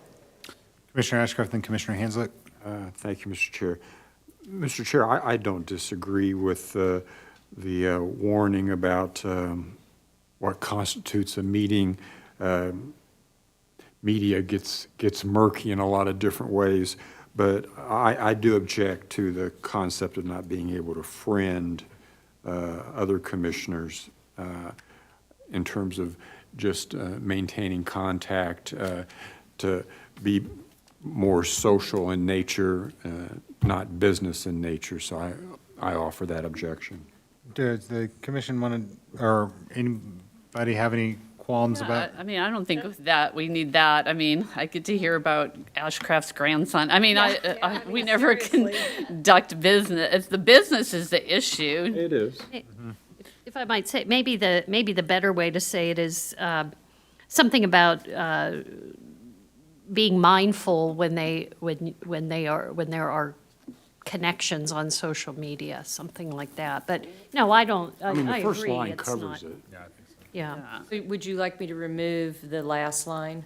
Yes. Last yeah, I sentence, think yes. it's fine. That's Do we fine. have general consensus on that? Mm-hmm. Okay. Yeah. Any other questions regarding the social media section? Okay. Section 5, enforcement of rules of order. It's incumbent upon the chair to enforce any violations by members of the rules of order. If a member refuses to comply with the chair's decision, the matter should be brought before the Board of County Commissioners for review and action against the member for failure to comply with the rules of order, which may include but is not limited to public reprimand. I think that's pretty straightforward. Commissioner O'Hara. My concern is the conflict of interest section, and I just want to make sure that we have robust clarification on that any conflict of interest, that it does need to be, it does need to be recognized, and especially if the chair has a conflict, I believe that he should not be in the chambers, because he can't be conducting the meeting if he has a conflict of interest on that specific issue. So how do we handle that? Like we did previously, the vice chair would officiate over that item on the agenda. And it has to. There's no, if it's a certain matter, I mean, there's no, if we put in here, you don't have to leave the room, you're still included in the quorum, it's fine. You know, there's different people who feel more comfortable. I can't hear you. Oh, I'm sorry. It's different comfort levels. Some people want to leave the room, but in Kansas, it doesn't say you have to leave the room. You know, and that's why, in looking at Kansas statute for a guideline, I'm not sure why that would occur. If someone has a conflict, you or anyone, are you saying everybody has to leave the room when they have a conflict? You may not have a quorum then to conduct business, to move on. And so if we have, there could be an item where you maybe have 3 or 4 people, 3 people out, then we have 4 remaining, we have 4, let's say we have 4, then you want that quorum so that you take the vote of the remaining 3. So that's why you do that. Also, you know, we're talking about enforcement, but the conflict of interest, the way that it's been done, you just say you have a conflict of interest. Linda notes it on the record that you abstained because of a conflict, and that's all it's done. We don't go into saying why. We don't get into, you know, it's obvious by the item that's being called. We know from that item that there's something in it that this person has a conflict and has recognized it. And then from there, a lot of times they've consulted with me, so then they just say they have a conflict. I've seen things with the current rules, I don't feel it's a conflict at all, but because of the appearance of impropriety, you know, you're pretty much getting rid of half your board on things that, to me, aren't true conflicts. So that's why the conflict of interest provision was written the way it is now, to be more measurable and consistent with the state. I'm just trying to make sure that, especially like when members are on the boards of these nonprofits, just disclosure. I'm on this board. But if it's on the item, them by saying, I have a conflict, they don't have to tell. Is Not that a always conflict? do you, yeah, no, not necessarily. It depends on what the item is and what's going on. But I would agree with you that, you know, I think at a later date, after these rules of order are adopted, that I think I need to come back, talk about statement of interests, you know, go through those statements for everybody to make sure you're filling them out. I mean, just because you got elected, you need to keep updating them if something else you're involved in. And I've had an opportunity to look at everybody's. I'm not trying to be nosy. There's some that are really good, some that need to have some work, you know, to add more that I already know because you've talked to me about items. And I don't think the page kind of goes, it has instructions on how to fill it out, but I don't think it's completely understood. And I guess from this process, I learned that I don't know if people are actually analyzing them until someone turns you into the Ethics Commission. So what I would hope is that I work with you to make sure you get those forms in order, that you keep it current. We are looking at those forms. I'll keep them on file in my office. We'll work through those conflicts. You come and consult.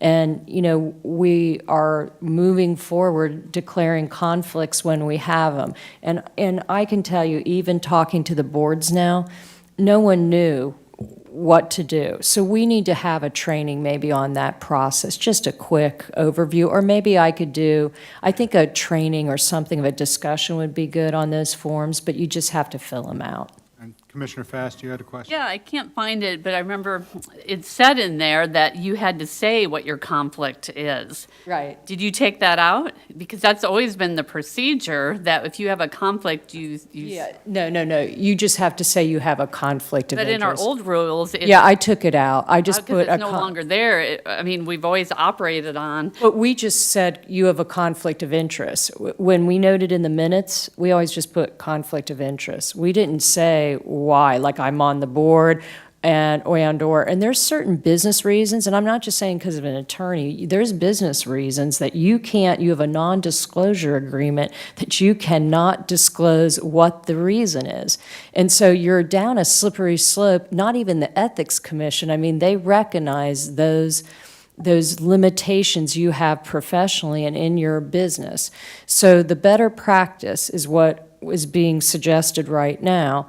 I mean, it's still going to cover those which are pecuniary, which you have a direct or indirect interest. It's going to cover what you've disclosed at the state, but it's more measurable. It's not getting into arbitrary and broadness, and that way we can actually say you have a conflict. And if someone reports a conflict when we get to the rules of ethics, it's easier for our office now to review it and/or me to recognize so that I can check items with your statements that you've disclosed in advance saying, hey, I think you have a conflict.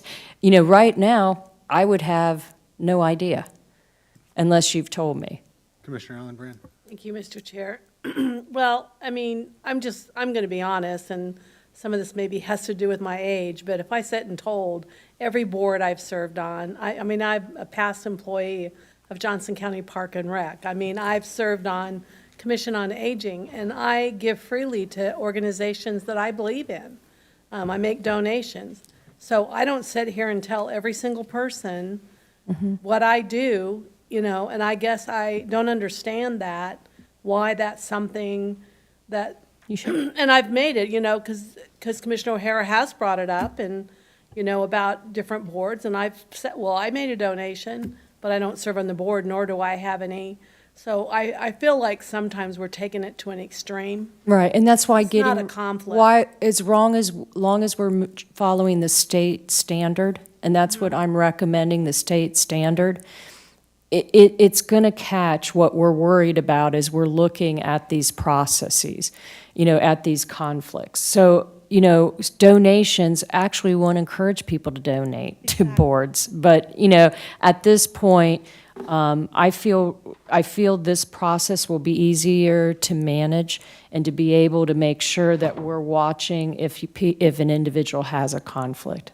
Commissioner Hanslick. Oh, I was just going to say, I appreciate what Commissioner Allen Brand is saying, because frankly, to me, it has had a chilling effect on some of the things I do in my personal life.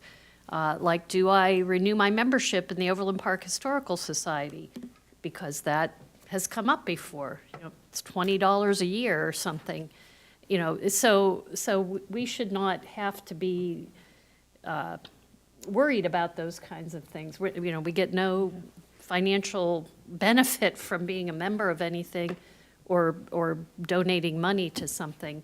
And so I think we do have to be careful that we're not actually hurting organizations in our community by making it that kind of an issue.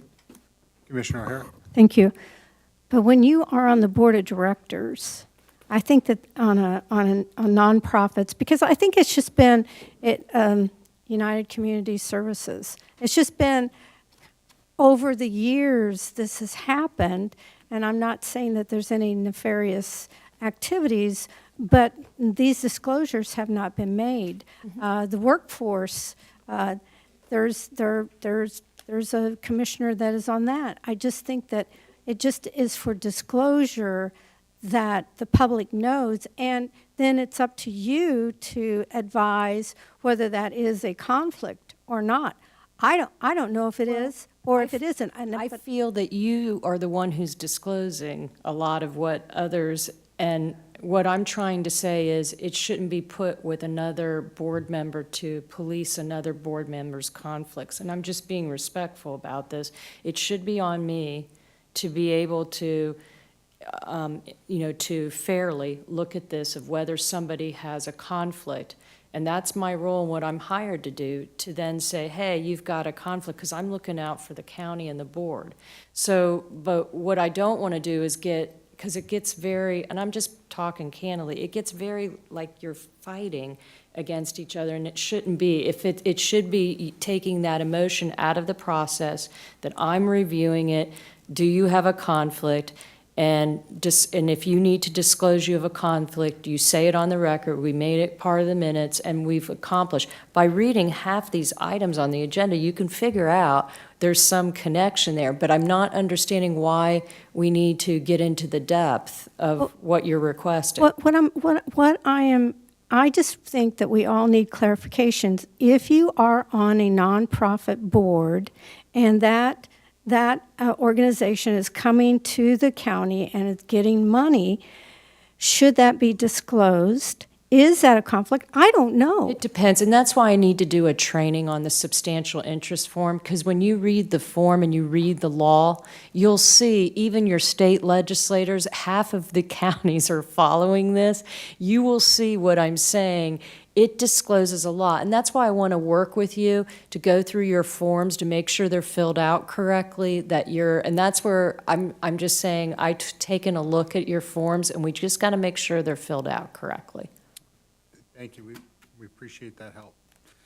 Well, Commissioner Myers, I apologize. Just one more comment from me. I am on the, what's called the CEOB of the Workforce Committee.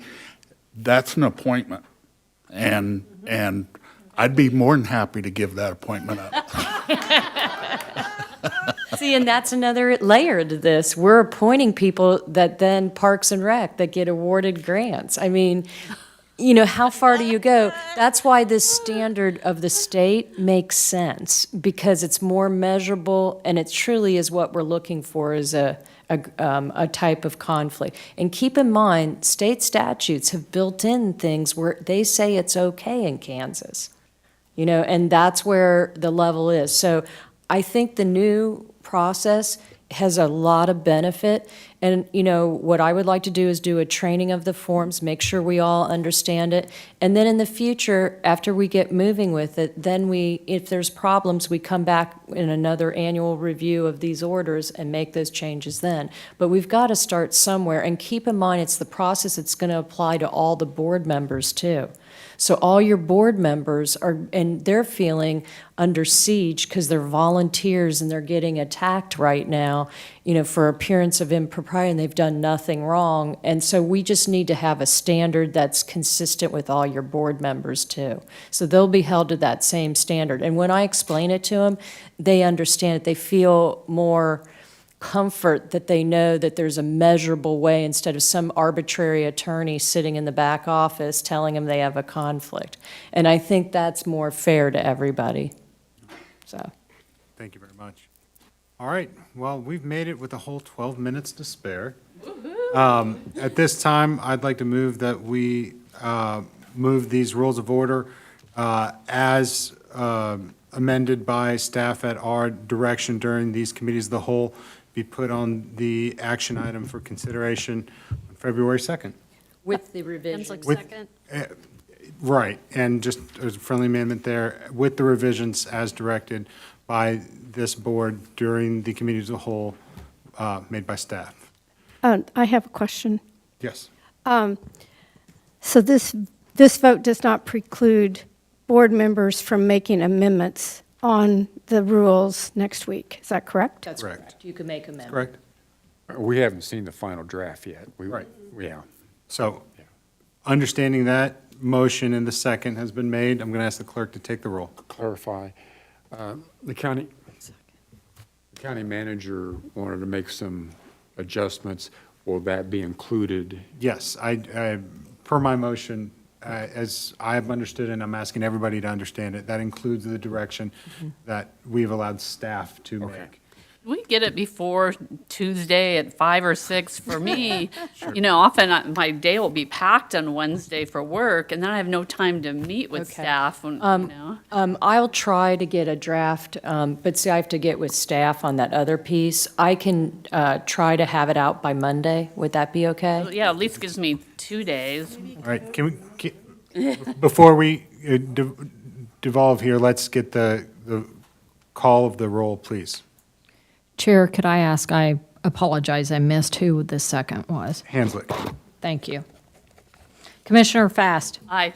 Commissioner Myers, Myers, aye. Commissioner O'Hara, Yes. Commissioner Hanslick, Henslick, aye. Commissioner Ashcraft, Yes. Commissioner Allenbrand, Allenbrand, aye. and Chairman Kelly. Aye, I have 7 votes in favor and none against. Is that correct? That is correct. We'll see this on the February 2nd action item. Thank you, everybody, very much. This committee of the whole is adjourned. Thank you, Mr. Chair.